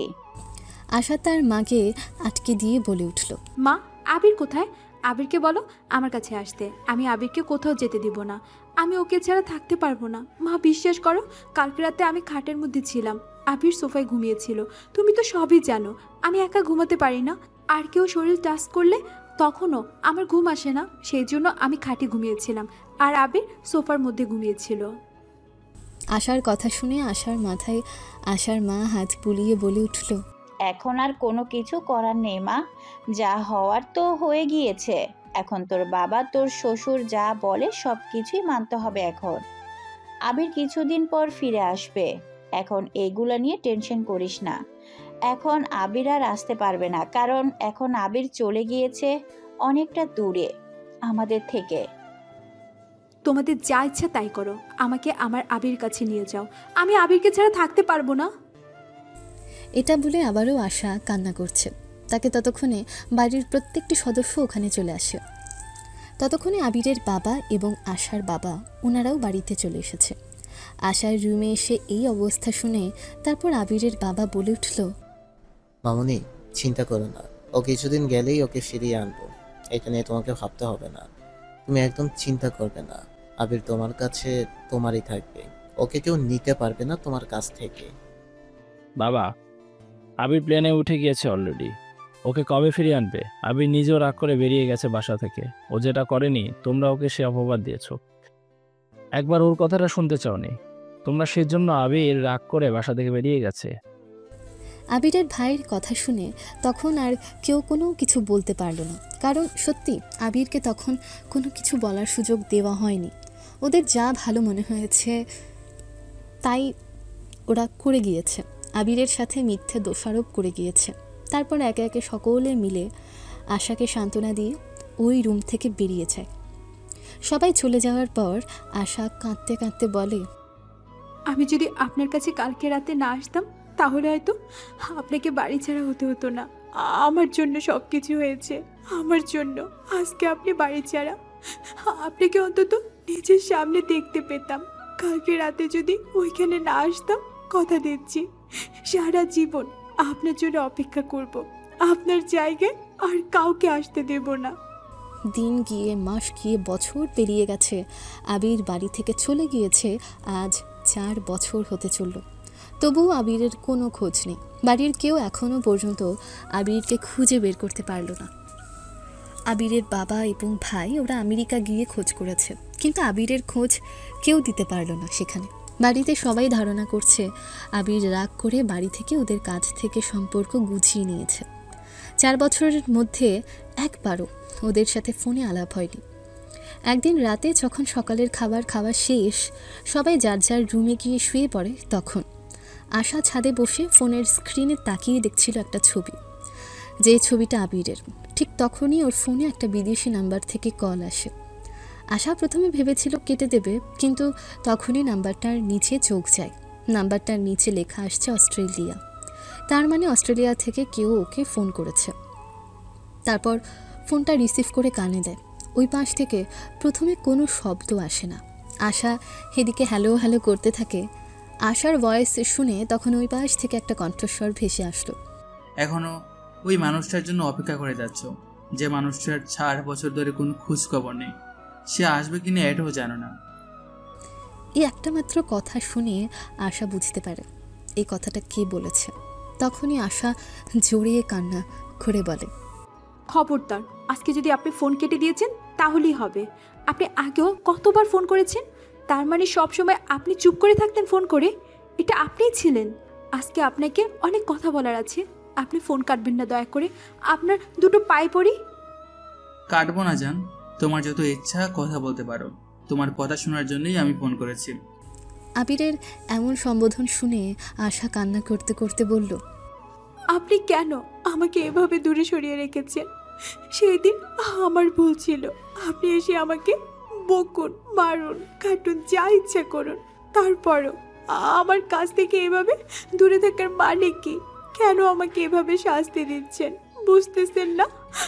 আমার ভেতর থেকে আমি শেষ হয়ে আসতেছি। আপনাকে ছাড়া চলা আমার পক্ষে সম্ভব না। জান, ডোন্ট ওয়ারি, খুব শীঘ্রই তোমার কাছে চলে আসবো। আর একটু অপেক্ষা করো, আর কয়েকটা দিন মাত্র। কাউকে বলো না আমি তোমার সাথে কথা বলি, ফোন করছি। তুমি জানো সব কিছু। ওই দিন আমাকে একটা কথা বলার সুযোগ দেয়নি। আমাদের উপর মিথ্যে একটা দোষারোপ লাগিয়ে দিয়েছিল ওরা। আশা এবার জোরে জোরে কান্না করতে করতে বলল, সব দোষ আমার। সেই দিন যদি আমি আপনার ঘরে জোর না করে থাকতাম, তাহলে আজকে আপনাকে বাড়ি ছাড়া হতে হতো না। আমার জন্য আজকে আপনি আপনার ফ্যামিলি থেকে দূরে। আমাকে ক্ষমা করে দিন। আর আপনি কালকে বাড়িতে আসবেন। আপনি কোথায় আছেন বলুন, আমি গিয়ে নিয়ে আসবো আপনাকে। জান, কালকে তো আসা সম্ভব না, কিন্তু তুমি যেহেতু বলেছো, এই সপ্তাহের ভিতর ইনশাল্লাহ ঠিকই আসবো তোমার কাছে। আমার দ্বারা আর পসিবল না তোমার ব্যাপারে সবকিছু জানার পর। আমি জানতাম না তুমি আমার জন্য এখনো অপেক্ষা করতেছো। আমি শুধু জানতাম যে আমাদের বিয়ের পর হয়তো তোমার ফ্যামিলি তুমি ফিরে গিয়েছো, তুমি আমাদের বাড়িতে আছো, সেটা কিছু মাস আগে জানতে পেরেছি। আপনাকে ছেড়ে অন্য কোথাও যাবার কোনো ইচ্ছে নেই আমার। আমি আপনাতে আসক্ত, বুঝেছেন? আমার আর কোনো পুরুষের দরকার নেই। আপনি আছেন মানে আমার সব আছে। আপনি একটু তাড়াতাড়ি চলে আসুন বাড়িতে। কখন জানি দম বন্ধ হয়ে মরে যাই আমি। আর থাকতে পারতেছি না আমি একা একা এই জীবনে। আমি ক্লান্ত হয়ে গেছি। আমার আপনাকে খুব দরকার। জান, এভাবে বলো না। আমার ভেতরটা এমনিতেই শেষ হয়ে যাচ্ছে তোমাকে কাছে পাওয়ার জন্য। আমি যত তাড়াতাড়ি সম্ভব এই সপ্তাহের ভিতরেই বাড়িতে আসবো। আর যদি কালকে পসিবল হয় তাহলে কালকেই আসবো। আমি কালকে টিকিট কেটে তারপর তোমাকে জানাবো কবে আসবো। আমার দ্বারা আর সম্ভব হচ্ছে না একা থাকা। তবে আমার কথা বাড়িতে কাউকে বলবে না। আমি তোমার সাথে ফোনে কথা বলেছি। কেন বাড়িতে ওদেরকে জানালে কি হবে? ওরা 4 বছর ধরে দুশ্চিন্তায় রয়েছে, সেটা কি আপনি জানেন না? কেন শুধু শুধু ওদেরকে এত দুশ্চিন্তায় রেখেছেন? ওরা তো আপনার ভালোর জন্য এমন করেছে, তাই না? ভুল হয়তো করেছে, সেই জন্য আপনি সন্তান হয়ে কি ওদেরকে ক্ষমা করে দিতে পারবেন না? ফ্যামিলির কেউ তো আপনার সাথে এমন করেনি, শুধু বাবা একটু আপনার সাথে এমন করেছে। সেই জন্য আপনি পুরো ফ্যামিলিকে কষ্ট দিচ্ছেন কেন? জান, আমি যা বলেছি তাই করবে, ওদের কাউকে বলার দরকার নেই। আমি বাড়িতে আসবো। আর হ্যাঁ, আমি ফোন করে তোমাকে জানাবো। ফোন কাছে রেখো নিজের কাছে, গিয়ে ঘুমিয়ে পড়ো। তোমাদের এখানে অনেক রাত হয়েছে, ছাদে আর বসে থাকতে হবে না। আপনি কি করে জানলেন আমি এখন ছাদে বসে আছি? আপনার তো জানার কথা না। এই কয়েক মাস ধরেই তোমার এমন কোনো বিষয় নয় যার যার খবর আমি নিজে রাখি না। তোমার এভরি ডিটেলস আমার কাছে আছে। তুমি কি করো, কখন কি খাও, সবকিছু আমার কাছে আছে। যখন খুব বেশি খারাপ লাগতো তখন তোমাকে ফোন করতাম, কিন্তু তুমি রিসিভ করতে, হ্যালো করতে, বাট আমি কথা বলতে পারতাম না। ফ্যামিলিকে শিক্ষা দিতে গিয়ে কখন যে তোমাকে কষ্ট দিয়ে ফেলেছি নিজেও বুঝতে পারিনি। বাট এখন ঠিকই বুঝতে পারতেছি। এখন যাও, কথা না বলে সোজা ঘুমিয়ে যাও। আবিরের কথায় সোজা নিচে আসে, সেখানে বসে না থেকে তার রুমে চলে যায়। আজ এতগুলো বছর পর তার শান্তিতে ঘুম হবে। এতগুলো বছরের মধ্যেও হয়তো তার এত শান্তিতে ঘুম হয়নি কোনো দিন। প্রত্যেক দিন ঘুমোতে গেলে আবিরের জন্য কান্না করতেই হয়েছে ওকে। আজকে আবিরের সাথে কথা বলাতে ভেতরে আর কোনো কষ্ট অনুভব হচ্ছে না, তাই বসে না থেকে সে শুয়ে পড়ে, সাথে সাথে ঘুমিয়ে পড়ে। সকালবেলা ঘুম থেকে ওঠে, আশা ভাবে, আচ্ছা বাড়ির সবাইকে কথাটা বলে দিয়ে দেখি সবাই কি প্রতিক্রিয়া করে। আবারও ভাবে, কিন্তু আবির তো আমাকে না করেছে যেন কাউকে কোনো কিছু না জানাই। আমি যদি বাড়ির সবাইকে বলে দিই তাহলে আবিরের অনেকটা কষ্ট হবে। সে আমাকে বিশ্বাস করে বলেছে, আমাকে কল করেছে আমার কষ্টের জন্য। এখন যদি আমি ওদেরকে এটা বলে দিই আবিরের সাথে বিশ্বাসঘাতকতা করা হবে, আর আমি সেটা মরে গেলেও হতে দিতে পারি না। এটা ভেবে আশা ঠিক করে সে বাড়ির কাউকে কোনো কিছুই জানাবে না। আপাতত এখন যতদিন পর্যন্ত না আবির না বলবে ততদিন পর্যন্ত বাড়ির কাউকেই এই বিষয়ে জানাবে না আবিরের সাথে আশার যে যোগাযোগ হয়েছে। ওইদিকে অস্ট্রেলিয়ায় আবির, তুমি কি চলে যাচ্ছ নাকি বাংলাদেশে? এসব কিছু গুছিয়ে নিয়েছো রাতে? হ্যাঁ বন্ধু, আমি আর এখানে থাকতে পারবো না। আমার ওয়াইফকে ছেড়ে থাকতে আমার অনেক কষ্ট হচ্ছে, ওকে আর কষ্ট দিতে পারবো না। আমি অনেক কষ্ট দিয়ে ফেলেছি না জেনে না বুঝে ওকে। আমি আর ওকে কষ্ট দিতে চাই না। এখন থেকে ওকে আগলে রাখবো বাড়িতে গিয়ে। Good, very good. বউয়ের সবসময় খেয়াল রাখবে। কিন্তু তোমার কথা শুনে বুঝতে পেরেছি তোমার বউটা অনেক ভালো। দোয়া করি তোমরা সুখী হও। তা প্লেনের টিকিট কি কেটেছো না কাটবে?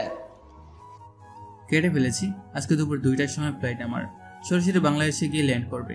এর ভিতরে আর কোনো দেশের এয়ারপোর্ট থামবে না। আমার যেতে এখান থেকে সময় লাগবে প্রায় 8 থেকে 10 ঘন্টার মতো। যেতে যেতে রাত হবে। আমি এখনো বাড়ির কাউকে জানানি আসতেছি বাড়িতে। ওরা এতদিন আমাকে পাগলের মতো হন্য হয়ে খুঁজে বেরিয়েছে। আমি কালকে রাতে আমার ওয়াইফকে আমার পরিচয় দিয়ে কথা বলেছি। তাছাড়া আর কেউ জানে না আমি অস্ট্রেলিয়াতে আছি। আমি এতগুলো দিন তোমার সাথে আছে, কিন্তু কখনো তোমার এইসব বিষয় নিয়ে জানতে চাইনি। আজকে একটু বলবে তুমি কেন আমেরিকা থেকে অস্ট্রেলিয়াতে চলে এসেছো?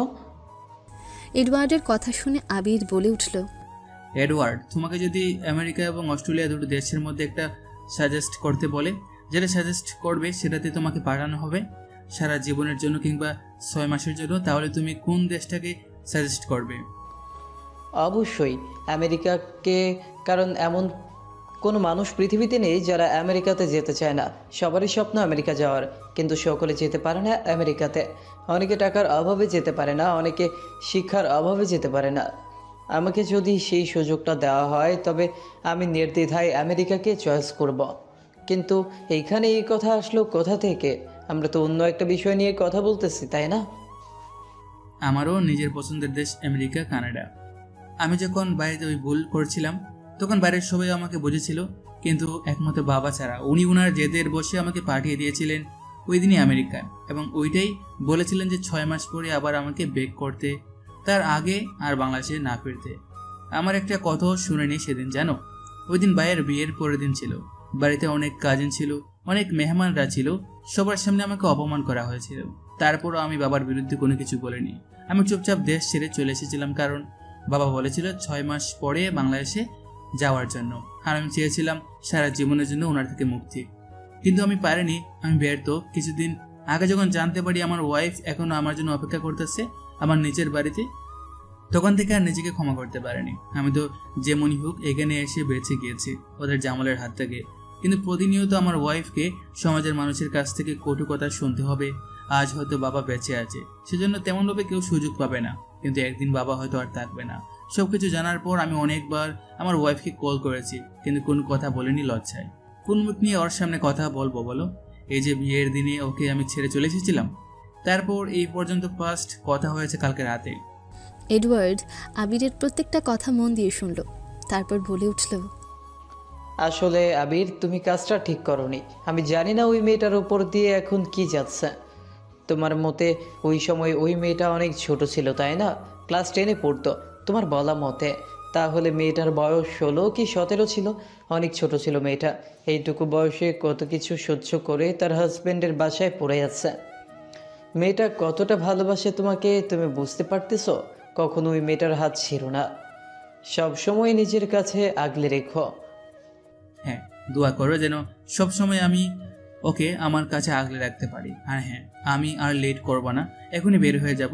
তুমি কি যেতে চাও আমার সাথে এয়ারপোর্ট পর্যন্ত? এটা তুমি বললেও যেতাম, না বললেও যেতাম, কারণ সারা জীবনের জন্য তুমি চলে যাচ্ছ। আবার কবে না কবে তোমার সাথে দেখা হয়। তোমাকে এগিয়ে দিয়ে আসার জন্য হলেও আমাকে যেতে হবে। বেঁচে থাকলে ইনশাআল্লাহ আবারও আমাদের দেখা হবে। কি বলো আবির? তুমি যখনই অস্ট্রেলিয়াতে আসবে তখনই এখানে ওইখানে না থেকে সোজা আমার বাড়িতে চলে আসবে, কেমন? আর আমি বাংলাদেশে গেলে তোমাকে জানাবো, তোমার কাছে গিয়ে থাকবো। তোমার যতদিন ইচ্ছে ততদিন তুমি বাংলাদেশে এসে আমার বাড়িতে থাকবে, এটা নিয়ে কখনো চিন্তা করবে না। আর যদি বাংলাদেশে যাওয়ার কখনো সময় হয় তোমার, তাহলে আমাকে বলবে, সব ভিসা প্রসেসিং আমি আমার বাবাকে দিয়ে করিয়ে দেব। বাবার অনেক উপরে হাত রয়েছে, সেই জন্য তেমন কোনো সমস্যা হবে না। সবকিছু খুব তাড়াতাড়ি এবং দ্রুত ঠিকঠাকভাবে হয়ে যাবে, তুমি চিন্তা করো না। তারপর ওর কথা বলতে বলতে চলে আসে এয়ারপোর্টে। বাহিরে আর দেরি না করে আবির চলে যায় এয়ারপোর্টের ভেতরে। এডওয়ার্ডের কাছ থেকে বিদায় নিয়ে ভাবি ভেতরে যাওয়ার সময় এডওয়ার্ড একটা কথাই বলে উঠল, আবির, আমাকে মনে রেখো বন্ধু, আমাকে ভুলে যেও না, আমিও তোমাকে মনে রাখবো। আবির পেছনে তাকিয়ে শুধু একটা মুচকি হাসি দিয়ে আর কোনো কথা না বলে ভেতরে চলে যায়। ভেতরে গিয়ে কিছুক্ষণ বসার পর ওদেরকে নিয়ে প্লেনে ওঠানো হয়। দীর্ঘ একটা লং জার্নি করার পর রাত 10টার সময় এসে নামে বাংলাদেশ শাহজালাল আন্তর্জাতিক বিমানবন্দরে। সেখানে নেমে একটা ট্যাক্সি নিয়ে সোজা বাড়ির উদ্দেশ্যে রওনা দেয়। বাড়ির সামনে এসে আশাকে ফোন করে। বাড়িতে আসতে আসতে প্রায় 12টা, 12:30টার উপর বেজে যায়। ততক্ষণে বাড়ির প্রত্যেকটা মানুষ ঘুমিয়ে গিয়েছে। হ্যালো আশা, কি করতেছো তুমি? শুয়ে গিয়েছিলাম, ভেবেছি আজকে হয়তো আপনি আর কল দেবেন না, সেজন্য। দাঁড়ান, আমি ফ্রেশ হয়ে আসছি, তারপর বসে কথা বলবো। ফ্রেশ হতে হবে না, তুমি নিচে এসো, নিচে এসে দরজাটা খোলো। আবিরের কথা শুনে আশা কান থেকে ফোনটা সরিয়ে চোখের সামনে ধরে দেখলো বাংলাদেশি নাম্বার। তারপর ফোনটা আবারও কানের সাথে লাগিয়ে খুবই আনন্দের সহিত বলে আপনি বাড়িতে চলে এসেছেন, বাংলাদেশে চলে এসেছেন আপনি? আমাকে একবারও জানাননি কেন? আমি এক্ষুনি সবাইকে নিয়ে নিচে নেমে আসছি, একটু দাঁড়ান, আমি আসছি, দেরি করব না। আশা, আস্তে আস্তে তুমি নিচে আসবে, বাড়ির একটা মানুষের যেন টের না পায়, সেভাবে নেমে আসো নিচে। কেউ যেন টের না পায় এটুকু বলে দিচ্ছি আমি। এখন আমি সোজা ঘুমিয়ে পড়বো, আর কোথাও লেট করবো না। ওরা সকালবেলা ওদের সাথে যোগাযোগ করবো, কথা বলবো, এখন না, এখন আমি অনেক ক্লান্ত হয়ে আছি। আচ্ছা ঠিক আছে, আমি আসতেছি, আমি একাই আসতেছি। তারপর আশা এটা বলে ফোন রেখে দিয়ে নিজের রুম থেকে দৌড়ে নিচে নামে। আস্তে আস্তে এসে দরজাটা খুলে, দরজা খোলার সাথে সাথে দেখতে পায় দরজার সামনে কয়েকটা লাগেজ পাশে নিয়ে দাঁড়িয়ে আছে একটা লম্বা চওড়া স্টাইলিশ যুবক। তাকে দেখে অনেকক্ষণ সময় হা করে তাকিয়ে থাকে আশা। আশাকে দেখে কাছে এসে আবির জড়িয়ে ধরে। আবির যখন জড়িয়ে ধরে তখন আশা নিজেও আবিরকে জড়িয়ে ধরে। আর কোথাও যাব না জান, তোকে একা পেলে। আজকের পর থেকে তোমার আঁচলের মধ্যে আমাকে বেঁধে নিও। আশা কোনো কিছু না বলে শুধু কাঁদতে থাকে। আশাকে এভাবে কাঁদতে দেখে আবির আবারও বলে উঠল, যদি এভাবে কাঁদতে থাকিস তাহলে তো বাড়ির সকলে এখনই উঠে যাবে ঘুম থেকে। এখন আয় রুমে গিয়ে, আমার একটু ঘুম দরকার, অনেক টায়ার্ড, এত দূর থেকে জার্নি করে এসেছি। আশা এবার আবিরকে ছেড়ে দূরে দাঁড়িয়ে বলল, আমার কাছে দেন ব্যাগগুলো, আমি নেই, আপনি অনেক ক্লান্ত। তোর কোনো কিছু করতে হবে না, আমি একটা একটা করে ভিতরে নিচ্ছি, তুই শুধু একটু দাঁড়িয়ে থেকে দেখ। আবির আসার সময় অস্ট্রেলিয়া থেকে মোট 7টা লাগেজ নিয়ে এসেছে। 5টা লাগেজ নিজের বসার রুমে রেখে আর 2টা লাগেজ নিয়ে ওরা ওদের রুমে চলে যায়। রুমে যেতে যেতে আবির আশাকে বলল, ওই 5টা বাড়ির সকলের জন্য এবং আত্মীয় স্বজনদের জন্য কিছু উপহার এনেছি, আর এই 2টাতে আমার আর তোমার যাবতীয় জিনিসপত্র রয়েছে। এতগুলো লাকিজ আপনি কি করে নিয়ে এসেছেন একা একা? এত দূর থেকে এতগুলো লাকিজ নিয়ে আসতে আপনার কষ্ট হয়নি? আমি শুধু এই 2টা লাগেজ নিজে বহন করেছি, আর এই সবগুলো অন্যদের দিয়ে বহন করেছি। এয়ারপোর্টে ঢুকিয়েছে এবং এয়ারপোর্ট থেকে বিমান পর্যন্ত উঠিয়েছে, আর বাংলাদেশ এয়ারপোর্ট থেকে বের করে গাড়িতে তুলেছে। গাড়ি থেকে আবার বাড়ির এই সামনে নেমেছে। শুধু এইখান থেকে ঘরের ভিতরে আমি নিয়ে এসেছি, এতে করে আমার কোনো কষ্ট হয়নি, বুঝেছ? তারপর ওরা দুজন কথা বলতে বলতে উপরে উঠে ওদের রুমে চলে আসে। রুমে আসার পর আশা আবিরকে বলল, আপনি হাত মুখ ধুয়ে ফ্রেশ হয়ে আসুন, আমি আসছি। আবির কোনো কিছু না বলে সোজা চলে যায় হাত মুখ ধুয়ে ফ্রেশ হয়ে আসতে। প্রায় বেশ কিছুক্ষণ সময় নিয়ে আবির ফ্রেশ হয়ে যখন রুমে আসে তখন দেখতে পায় আশা হাতে প্লেট নিয়ে বসে আছে বিছানার মধ্যে। আশার হাতে খাবার দেখে আবির বলল, ভালো একটা কাজ করেছো, এই খাবারটা এখন আমার প্রয়োজন ছিল। এত দূর থেকে জার্নি করে এসেছি, অনেক খিদে পেয়েছিল। আমি এখনই বলতাম, কিন্তু বলার আগে আপনি গিয়ে খাবারটা নিয়ে এসেছেন। এখন আর দেরি না করে আমাকে খাইয়ে দেন। আবির যখন বলল আশাকে খাইয়ে দিতে, এটা শুনে আশা কিছুটা লজ্জা বোধ করে। আপনি খেয়ে নিন, আমি সব কিছু এনে দিয়েছি এখানে। তোমাকে বলছি খাইয়ে দিতে, এত কথা কেন বলো? যা বলেছি তা করো চুপচাপ। আমার কিন্তু এক কথা দ্বিতীয়বার বলতে ভালো লাগে না, এতটুকু জেনে রাখো, বুঝেছো? আবিরের কথা শুনে আশা আর কোনো কিছু না বলে হাত ধুয়ে এসে আস্তে আস্তে অল্প অল্প মেখে ছোট ছোট নলা দিতে থাকে আবিরের মুখে। আবিরের মুখে যেটুকু ভাত যায় একবারে, ততটুকু ভাত দিয়ে আবিরের মুখের এক কোণাও ভরে না। তোমার এই ছোট ছোট নলায় তো আমার মুখের এক কোনো ভরতেছে না। আশা এবার অনেকটা লজ্জা পায়। তারপর আস্তে আস্তে আবিরকে বলে উঠে, আসলে আগে এভাবে কখনো কাউকে খাইয়ে দেওয়া হয়নি, তাই এইবারই ফার্স্ট, সেই জন্য এমন হচ্ছে। অভ্যাস করে নাও বউ, এবার থেকে বেশিরভাগ সময় আমাকে এইভাবে খাইয়ে দিতে হবে, বুঝেছো? আমি কিন্তু নিজের হাতে খাবো না। আচ্ছা ঠিক আছে। আশা তারপর যখন আবিরকে খাওয়ানো শেষ হয় তখন আবার আশা প্লেটগুলো নিচে রেখে আবার রুমে আসে। তারপর আবির বিছানার মধ্যে গিয়ে শুয়ে পড়ে। আশা একপাশে গিয়ে শুয়ে পড়ে বিছানার। আশাকে একপাশে শুতে দেখে আবির আশাকে চড়িয়ে ধরে নিজের বুকের মধ্যে নিয়ে আসে। তারপর আশাকে বলল, বউ আমি সরি, আমাকে ক্ষমা করে দিও। আমি বুঝতে পারিনি তুমি এখনো আমার জন্য এইভাবে অপেক্ষা করবে। আমি তো চলে গিয়েছিলাম এখান থেকে বাঁচার জন্য, কিন্তু তুমি তো এখানে পড়ে থেকে শুধু কষ্ট পেয়ে গিয়েছো। আমাকে তুমি ক্ষমা করে দিও বউ। আপনি শুধু শুধু এসব বলতেছেন কেন? আগের কথা বাদ দিন, এখন আপনি চলে এসেছেন, এটাই শেষ কথা। আমার কিচ্ছু চাই না, এখন থেকে আর আপনি কোথাও যেতে পারবেন না। যদি চান তাহলে ফিরে এসে আমায় জীবিত পাবেন না হয়তো। আশার এই কথাটা শুনে আবির আশাকে শক্ত করে জড়িয়ে ধরে বলল, মুখ ছিঁড়ে ফেলবো কিন্তু আমি এই কথাটা যদি আবার দ্বিতীয়বার তোমার মুখ থেকে শুনেছি। আমার সামনে এটাই ফার্স্ট আর এটাই লাস্ট, বুঝেছো? আর কখনো আমার সামনে এইসব কথাবার্তা বলবে না মুখ দিয়ে। আর কোথাও ছেড়ে যাব না তোমাকে, একদিনের জন্য নয়, এক রাতের জন্য তোমাকে একা রেখে কোথাও যাব না, প্রমিস। এই বছরগুলো কি করে কাটিয়েছে শুধু আমারটা আমি জানি। আপনি যদি বুঝতেন তাহলে কখনো আমার থেকে দূরে থাকতে পারতেন না। প্রতিদিন রাতে নিজের সাথে নিজে যুদ্ধ করে, তারপর রাতে 3টা-4টার সময় ঘুমাতাম। প্রত্যেক দিনে আপনার জন্য এই দুটা চোখ থেকে অঝোর তলায় বৃষ্টি নামতো, শুধু আপনার জন্য।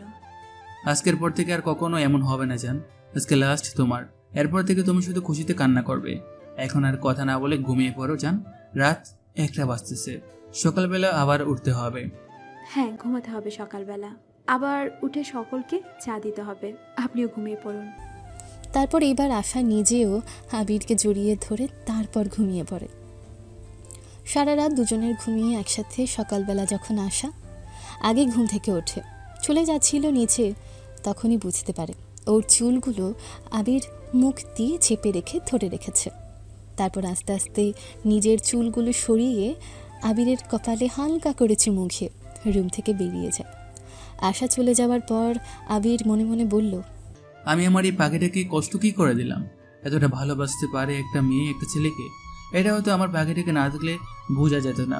ভালোবাসি পাখি, আমিও তোমাকে খুব বেশি ভালোবাসি, আর কখনো তোমার চোখ থেকে এক ফোঁটা পানি গড়িয়ে পড়তে দিব না। আশা নিচে গিয়ে সকলের জন্য চা বসিয়ে দেয়। ঠিক তখনই আবিরের মা নিচে আসে। নিচে এসে প্রথমে আশার কাছে রান্নাঘরে গিয়ে বলল, আশা মামুনি, তোমাকে না বলেছি আমি সকালবেলা চা বসিয়ে দেব, তুমি নামাজ পড়ে তারপর বেলা করে ঘুম থেকে উঠবে। মা আমাকে তো কাজ করতে দেয় না বাড়িতে, এতটুকু কাজ আপাতত করতে দিন। সকলের জন্য সকালবেলা না হয় আমি চাটা বানিয়ে দিই। মামুনি, আমি জানি না তোমার এই দুঃখের দিনগুলো কবে শেষ হবে। আমি দোয়া করি যার জন্য অপেক্ষা করতেছে সে যেন খুব শীঘ্রই চলে আসে তোমার কাছে। আবিরের মায়ের কথা শুনে আশা এবার আবিরের মাকে উদ্দেশ্য করে বলল, মামুনি, আমরা সবাই যার সাথে ছিলাম সে চলে এসেছে। কালকে রাতে 12টা, 12:30টার সময়। ওই যে দেখেন ওইখানে আপনাদের জন্য আনা লাকিস পাঁচটা। এখন পড়ে পড়ে ঘুমাচ্ছে রুমের মধ্যে। আশার কথা শুনে প্রথমে আবিরের মা বুঝতে না পারলেও পরক্ষণে যখন বুঝতে পারে তখন দৌড়ে গিয়ে বাড়ির সকল সদস্যদেরকে ডেকে আনেন বসার রুমে। মা, এত চেঁচামেচি করতেছো কেন? সকালবেলা কোনো কিছু হয়েছে নাকি? মা আর কোনো কিছু না বলে হাত দিয়ে ইশারা করে লাগেজগুলো দেখালো। ওনার মুখ দিয়ে খুশিতে কোনো কথা বের হচ্ছে না, চোখ দিয়ে টপ টপ করে পানি পড়ছে। এই অবস্থায় দেখে আবিরের ভাই অনেকটা চমকে ওঠে। তারপর তার মায়ের চোখের পানি মুছে দিয়ে বলল, মা, কি হয়েছে? তুমি এইভাবে কান্না করতেছো কেন? আর এই লাগেজগুলো কে নিয়ে এসেছে? 5টা লাগেজ, এদের মধ্যে কি আছে? কি হয়েছে? তুমি এরকম বিহেভিয়ার করতেছো কেন? কান্না করতেছো কেন তুমি? কি হয়েছে আমাদেরকে বলো। ভাবি আর কোনো কিছু না বলে গিয়ে মাকে জড়িয়ে ধরে, সোফার মধ্যে বসায়। তারপর বলে ওঠে, মা, আপনি এভাবে এমন করতেছেন কেন? আমাদেরকে বলুন কি হয়েছে, আমাদের তো টেনশন হচ্ছে।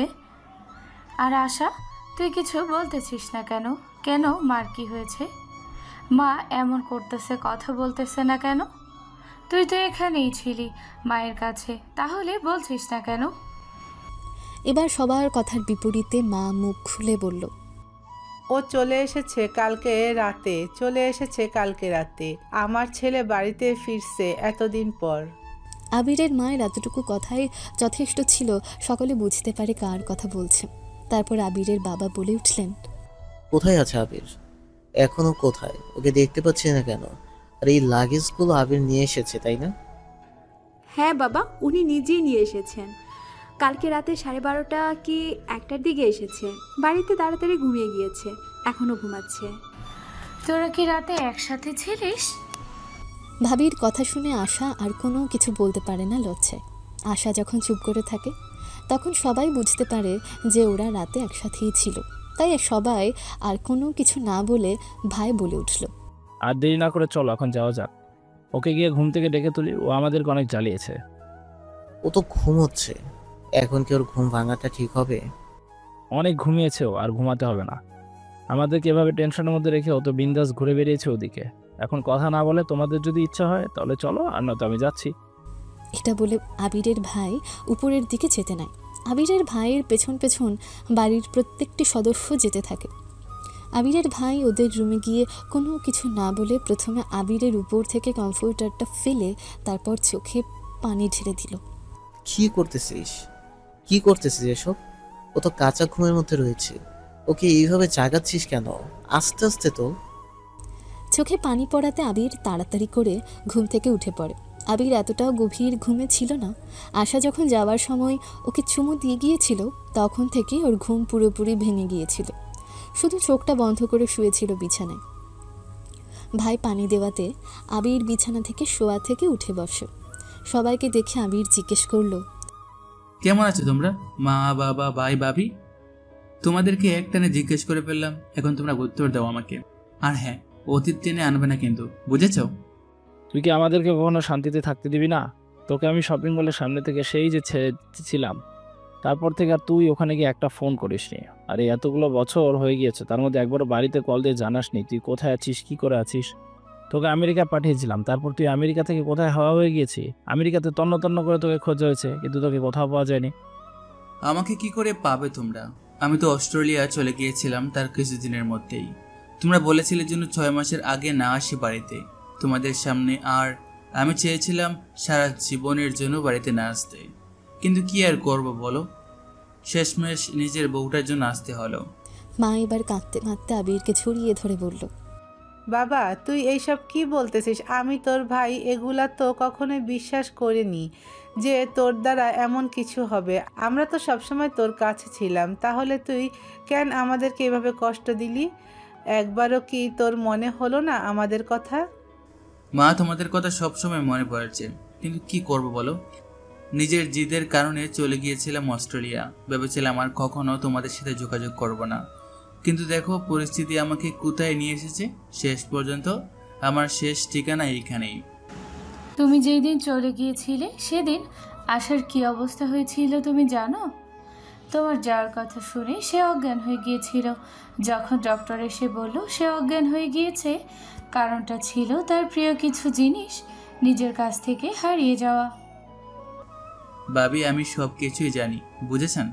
আমি কিছু মাস আগে যখন আপনাদের খোঁজ খবর নিয়েছিলাম তখন আশার নামটাও সেইখানে আসে। তারপর আস্তে আস্তে সেই আমি যাওয়ার দিন থেকে এই পর্যন্ত আসার ব্যাপারে সব কিছু খোঁজখবর নেই।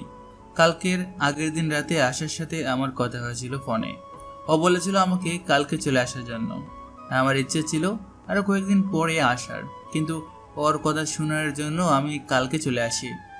এবার আবিরের বাবা আবিরের কাছে এসে আবিরের দুহাত দুটো ধরে বলে উঠল, আবির, তুই আমাকে ক্ষমা করে দে বাবা। আমি যদি সেদিন তোমার মুখ থেকে একটু কথা শুনতাম বা তোকে সুযোগ দিতাম কথা বলার, তাহলে হয়তো তুই এতদিন বাড়ি থেকে দূরে থাকতি না, আমাদের সাথে এমন একটা সম্পর্ক তৈরি হতো না। আমি জানি তুই আমার উপর রেগে আছিস, অভিমান করে আছিস। বাবা, আমি তোর বাবা, বাবারও ভুল করবে তাই না? তুই সন্তান হয়ে না হয় তোর বাবাকে ক্ষমা করে দে। আবির তার বাবাকে জড়িয়ে ধরে বলল, বাবা, তোমার উপর আমার কয়েক মাস আগ পর্যন্ত অভিমান ছিল, কিন্তু কয়েক মাস আগে সে অভিমান চলে গিয়েছে। কেন জানো? কারণ তুমি যদি সেই দিন এমন একটা সিদ্ধান্ত না নিতে, তাহলে হয়তো আমার জীবনে আশা আসতো না।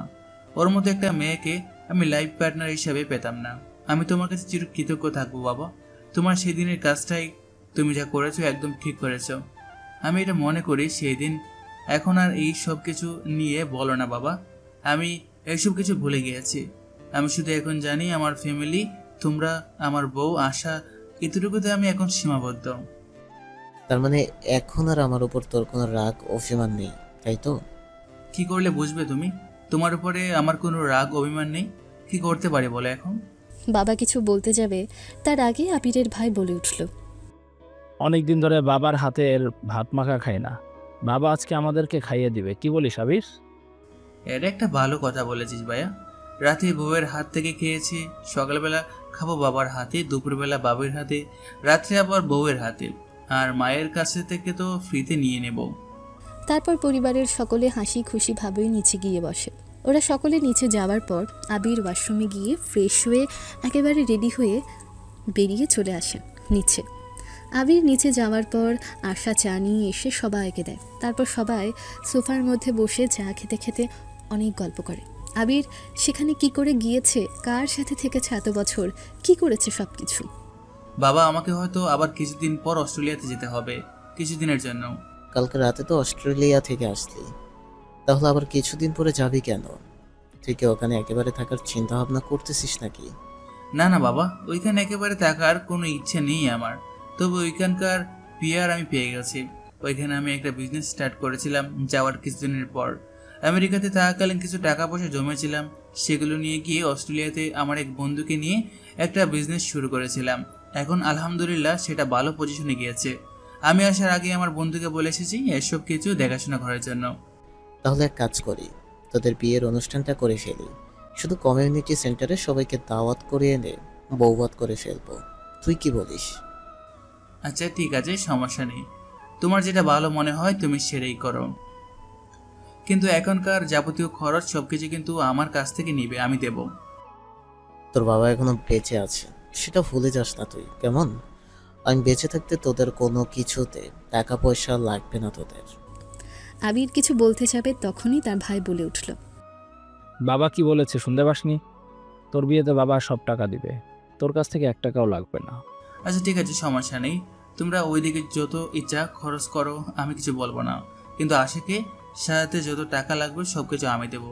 আসার জন্য যাবতীয় খরচ সব আমার।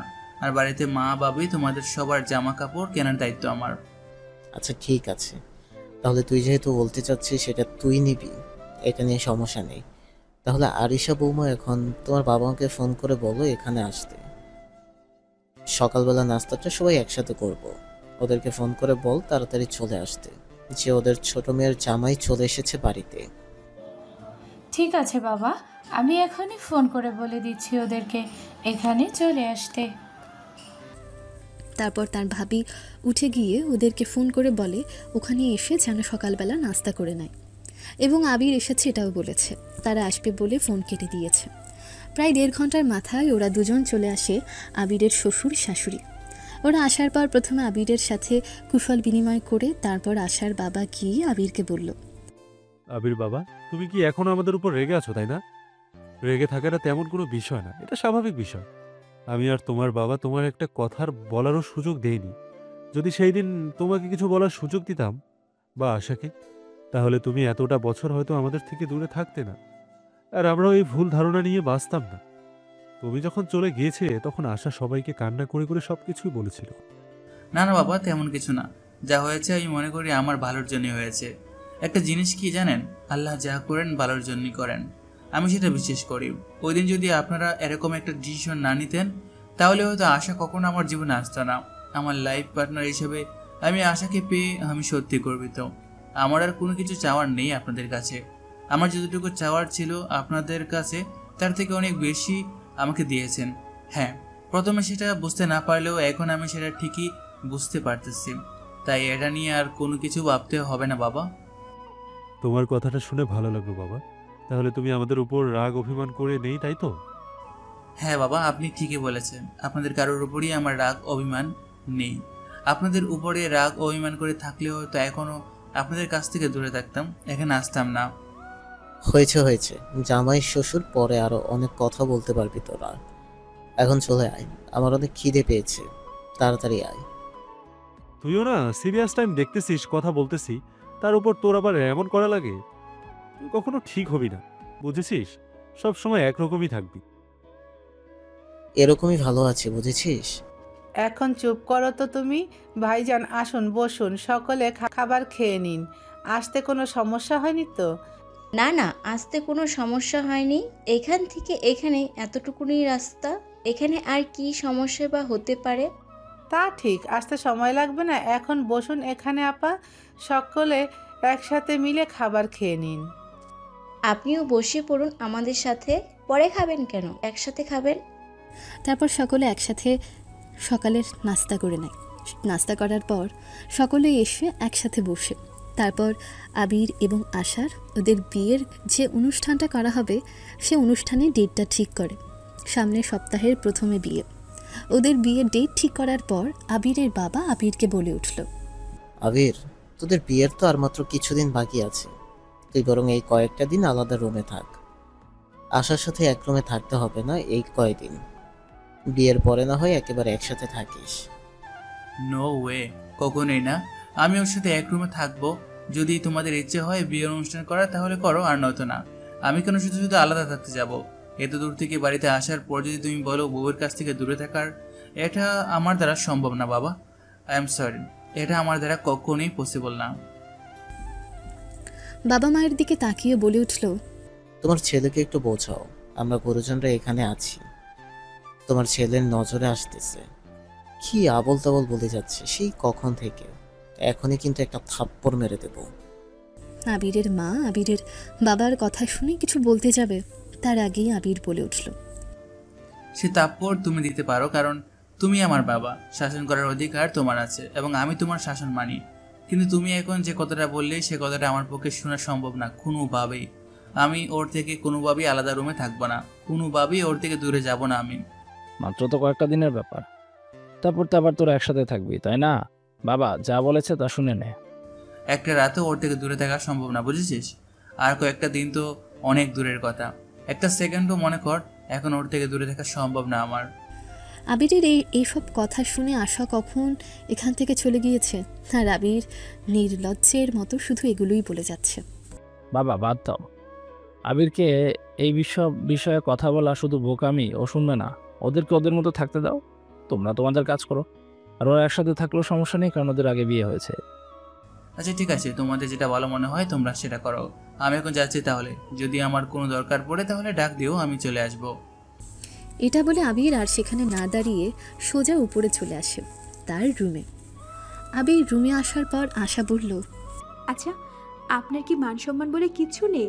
লাজ লজ্জা কি সব খেয়ে ফেলেছেন? বড়দের সামনে কি করে কথা বলতে হয় সেটাও বুঝছেন না আপনি? ওইখানে সবাই আপনার গুরুজনরা ছিল, ওদের সামনে কি সব বলছেন? আপনার বিবিকে বাদলো না একবারও?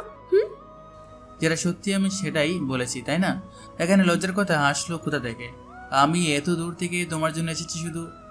এখন কি আমি আর তোমার থেকে আলাদা থাকবো? ওদের কথা কখনই না। এখন ওদের যদি সমস্যা হয় বিয়েতে আমাদের একসাথে থাকা নিয়ে, তাহলে বিয়ে লাগবে না, আমার অনুষ্ঠানে দরকার নেই। কাকে কি বলতেছি? আপনি তো খুব বেশি বেহাইয়া। আপনাকে এতগুলো কথা বললাম, তারপরও আপনার কান দিয়ে ঢুকছে না। বিয়ের বাকি দিনগুলো আপনি আমার থেকে দূরে থাকবেন। বাবার কথাটা অন্তত শুনেন। আশার কথা শুনে আবির আশার কাছে গিয়ে আশাকে জড়িয়ে ধরে ওর গলায় মুখ ডুবিয়ে বলল, এইটা আমার কাছ থেকে এই জীবনে আশা করো না। যতদিন পর্যন্ত বেঁচে আছি ততদিন পর্যন্ত আমার সাথে থাকতে হবে তোমাকে। কিছুদিন পর হয়তো অস্ট্রেলিয়া যাওয়া লাগতে পারে, ওইখানেও আমি আর একা যাচ্ছি না, তোমাকেও সাথে করে নিয়ে যাব। এখন সেইখানে একদিনের জন্য যাই, কিংবা 1 মাসের জন্য, কিংবা 1 বছর, আজ থেকে মনে করো তোমার আর আমার গন্তব্য একই। আবিরের কথা শুনে আশা আর কিচ্ছু বলল না। আশা নিজেও চায় না আবিরের কাছ থেকে দূরে থাকতে, কিন্তু কি করবে, গুরুজনরা তো বলেছে বিয়ের যতদিন বাকি আছে ততদিন পর্যন্ত যেন ওদের আলাদা থাকা হয় দুজনের। কিন্তু আবির তো সেটা শোনার পাত্র নয়। সকলের উপর দাঁড়িয়ে না করে এসেছে সে আলাদা থাকতে পারবে না। এভাবে কেটে যায় বেশ অনেকগুলো দিন। আজকে কমিউনিটি সেন্টারের মধ্যে আবির এবং আশার বিয়ের বৌভাতের অনুষ্ঠান চলছে। এখানে দুই ফ্যামিলির যত আত্মীয় স্বজন আছে সবাইকে দাওয়াত করা হয়েছে, সবাই এসেছে এখানে। আবির আশাকে দেখে বলে উঠল, বউ, তোকে তো মারাত্মক সুন্দর লাগতেছে, এত সেজেছিস কেন? আমার তো এখনই বাসর করতে ইচ্ছা করতেছে। এই কয়েকটা দিন নিজেকে অনেকভাবে আটকে রেখেছি, এক বিছানায় থেকেও তোকে জড়িয়ে ধরে রেখেও। নিজের উপর কতটা কন্ট্রোল থাকলে এমনভাবে নিজেকে দূরে সরে রাখা যায় তুই বল? আজকে রাতে আর তোকে ছাড়া হবে না। আজকে রাতে খুব বাজেভাবে তোর সর্বস্ব লুটে নিব আমি। আবিরের কথা শুনে আশা লজ্জায় নিচের দিকে তাকিয়ে আছে। তারপরও আবির চুপ করছে না। তখন বুঝলো আবির চুপ করবে না। তখন নিচের দিক থেকে মাথাটা তুলে আবিরের দিকে তাকিয়ে আশা বলে উঠল, অসভ্যদের মতো এসব কি কথা বলে যাচ্ছেন শুধু? আমরা বাহিরে বসে আছি, আপনার মুখ দিয়ে এত লাগাম ছাড়া কথাবার্তা বের হয় কি করে? একটা মানুষের মুখ কতটা নির্লজ্জ ব্যয় হলে মুখ দিয়ে এসব কথা বের হয়? এখন তো আমি কথাগুলো শুধু বললাম, আর রাতের বেলা সব প্র্যাকটিক্যালি প্রয়োগ করব তোমার উপরে। আমার না তোমার উপর একটু দয়া মায়া কাজ করবে না, শুধু একটা বিষয়, রোমান্সের ক্ষেত্রে। তুমি আজকে রাতে বুঝতে পারবে আমি কতটা লজ্জার বেহায়া। আশা যখন বুঝতে পারলো আবিরকে আর কোনো কিছু বলে দমানো যাবে না, তাই সে চুপ করে বসে থাকলো। আর আবিরের বড় ভাই ওইদিকে সব কিছু দেখাশোনা করছে। আবিরের বাবা মা, আশার বাবা মা, সব আত্মীয় স্বজনদের সাথে কুশল বিনিময় করছে হাসি খুশিভাবে। তারপর রাত 11টার সময় ওরা বাড়িতে চলে আসে। রাত 12টায় ওদেরকে বাসর ঘরে পাঠানো হয়। ম্যাডাম, অজু করে আসেন, 2 রাকাত নফল নামাজ পড়ে নি।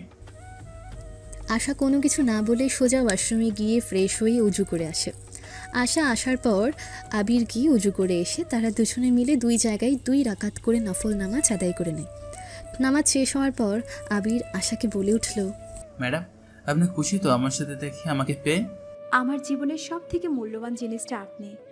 আপনাকে পেয়ে তো আমি আমার হাতে চাঁদ পেয়ে গিয়েছি। তাহলে আপনাকে পেয়ে আমি কি করে খুশি না থাকি বলুন? আশার কথা শুনে আবির মজা করে বলে উঠল, ম্যাডাম, এমন করে বলবেন না, সিনেমার ঢালক দিবেন না, বুকে লাগে গো। ম্যাডাম, ভালোবাসি, কিন্তু আপনি যদি সেই দিন চলে যেতেন তাহলে আজকে আমি আর এখানে থাকতাম না, আমি থাকতাম অস্ট্রেলিয়াতে। এখানে আসার একমাত্র কারণ হলেন শুধু আপনি। আপনার জন্য এসেছি, বুঝেছেন? এই কয়েকটা বছরে অনেক কষ্ট দিয়েছেন, আমার সবগুলো হিসাব নিব, আমি সময় করে নিই তারপর। ম্যাডাম, আপনার জন্য এই বান্দা সবসময় হাজির আছে, কি শাস্তি দিবেন সব মাথা পেতে নেব। আপনি যদি একবার মুখ ফুটে বলুন, তারপর সব আমি মাথা পেতে নেব। সেটা সময় হলে বুঝতে পারবেন। এখন আর আমি কোনো কিছুই বলবো না আপনাকে। অনেক রাত হয়েছে, ঘুমিয়ে পড়ো, আজকে অনেক ক্লান্ত সকলে। আমি অস্ট্রেলিয়া থেকে আসার পর এই 4-5টা দিন নিজেকে অনেক কষ্ট কন্ট্রোল করেছি। তোমার কি মনে হচ্ছে এখনো তোমাকে ছেড়ে দেবো আমি? যদি এটা ভেবে থাকো তাহলে সবচেয়ে বড় ভুল করতেছো জান। আজকে রাতে তোমার ঘুম নেই, আমারও ঘুম নেই, কারোরই ঘুম হবে না আজ রাতে। কোনো কথা বলবেন না, এখন গিয়ে ঘুমাবেন, আর কোনো কথা নয়। বউ, একটু বোঝার চেষ্টা করো, নিজেকে অনেক কন্ট্রোল করেছি, আজকে আর সেটা পারবো না। তুমি না করো না, তুমি না করলেও সমস্যা নেই, আমি আজকে শুনবো না তোমার কথা। এটা বলে যখনই আবির আশাকে কোলে তুলে নেয়, হঠাৎ করে হওয়াতে আশা তাড়াতাড়ি করে আবিরের গলা জড়িয়ে ধরে। আবির আশাকে কোলে উঠিয়েছে, তারপর আশা বলে ওঠে, আরে আরে কি করতেছেন, পড়ে যাব, নামান আমাকে, আমি কিন্তু এক্ষুনি চিৎকার করে সকলকে ডাকবো। তুমি আমার কোলে উঠেছো, অন্য কারণ নয়, বুঝেছো? যা কিছু হয় যাক না কেন, আমার কোল থেকে পড়বে না, তুমি আমার কাছ থেকে কি বলে চিৎকার করবে? ওকে করো, আমি তোমার মুখে তো চাপ দিয়ে ধরে রাখিনি। যত ইচ্ছে চিৎকার করো, আমিও শুনি তোমার চিৎকার। সকলে বুঝবে কেন তুমি চিৎকার করতেছো। তোমার চিৎকার শুনে কেউ আসবে না, বুঝেছো? এখন যত ইচ্ছা চিৎকার করতে পারো। আবির ততক্ষণে আশাকে বিছানার মধ্যে শুয়ে দেয়। আপনি আসলে একটা অসভ্য। হ্যাঁ জান, আমি অনেক অসভ্য, সেটা আজকে তোমাকে প্রমাণ দেব প্র্যাকটিক্যালি। এটা বলে আবির আস্তে আস্তে আশার কাছে এগিয়ে যায়। তারপর একে একে আশার শরীর থেকে প্রত্যেকটা জামা কাপড় ছুঁড়ে মারে মেছে দেয়। আবির আশাকে জড়িয়ে ধরে বলল, ভালোবাসি গো বউ। আশা অস্পষ্ট সুরে বলে উঠল, ভালোবাসি। আর এরই মধ্য দিয়ে আমাদের আজকের গল্পটি শেষ হলো। তো গল্পটি সবার কেমন লেগেছে অবশ্যই কিন্তু কমেন্ট করে আমাদেরকে জানাতে ভুলবেন না, এবং এরকম আরও রোমান্টিক গল্প পেতে আমাদের চ্যানেলটিকে সাবস্ক্রাইব করে বেল বাটনটি বাজিয়ে দেবেন। তো দেখা হচ্ছে অন্য কোনো নতুন গল্পে। সে পর্যন্ত সবাই ভালো থাকবেন, সুস্থ থাকবেন। আল্লাহ হাফেজ।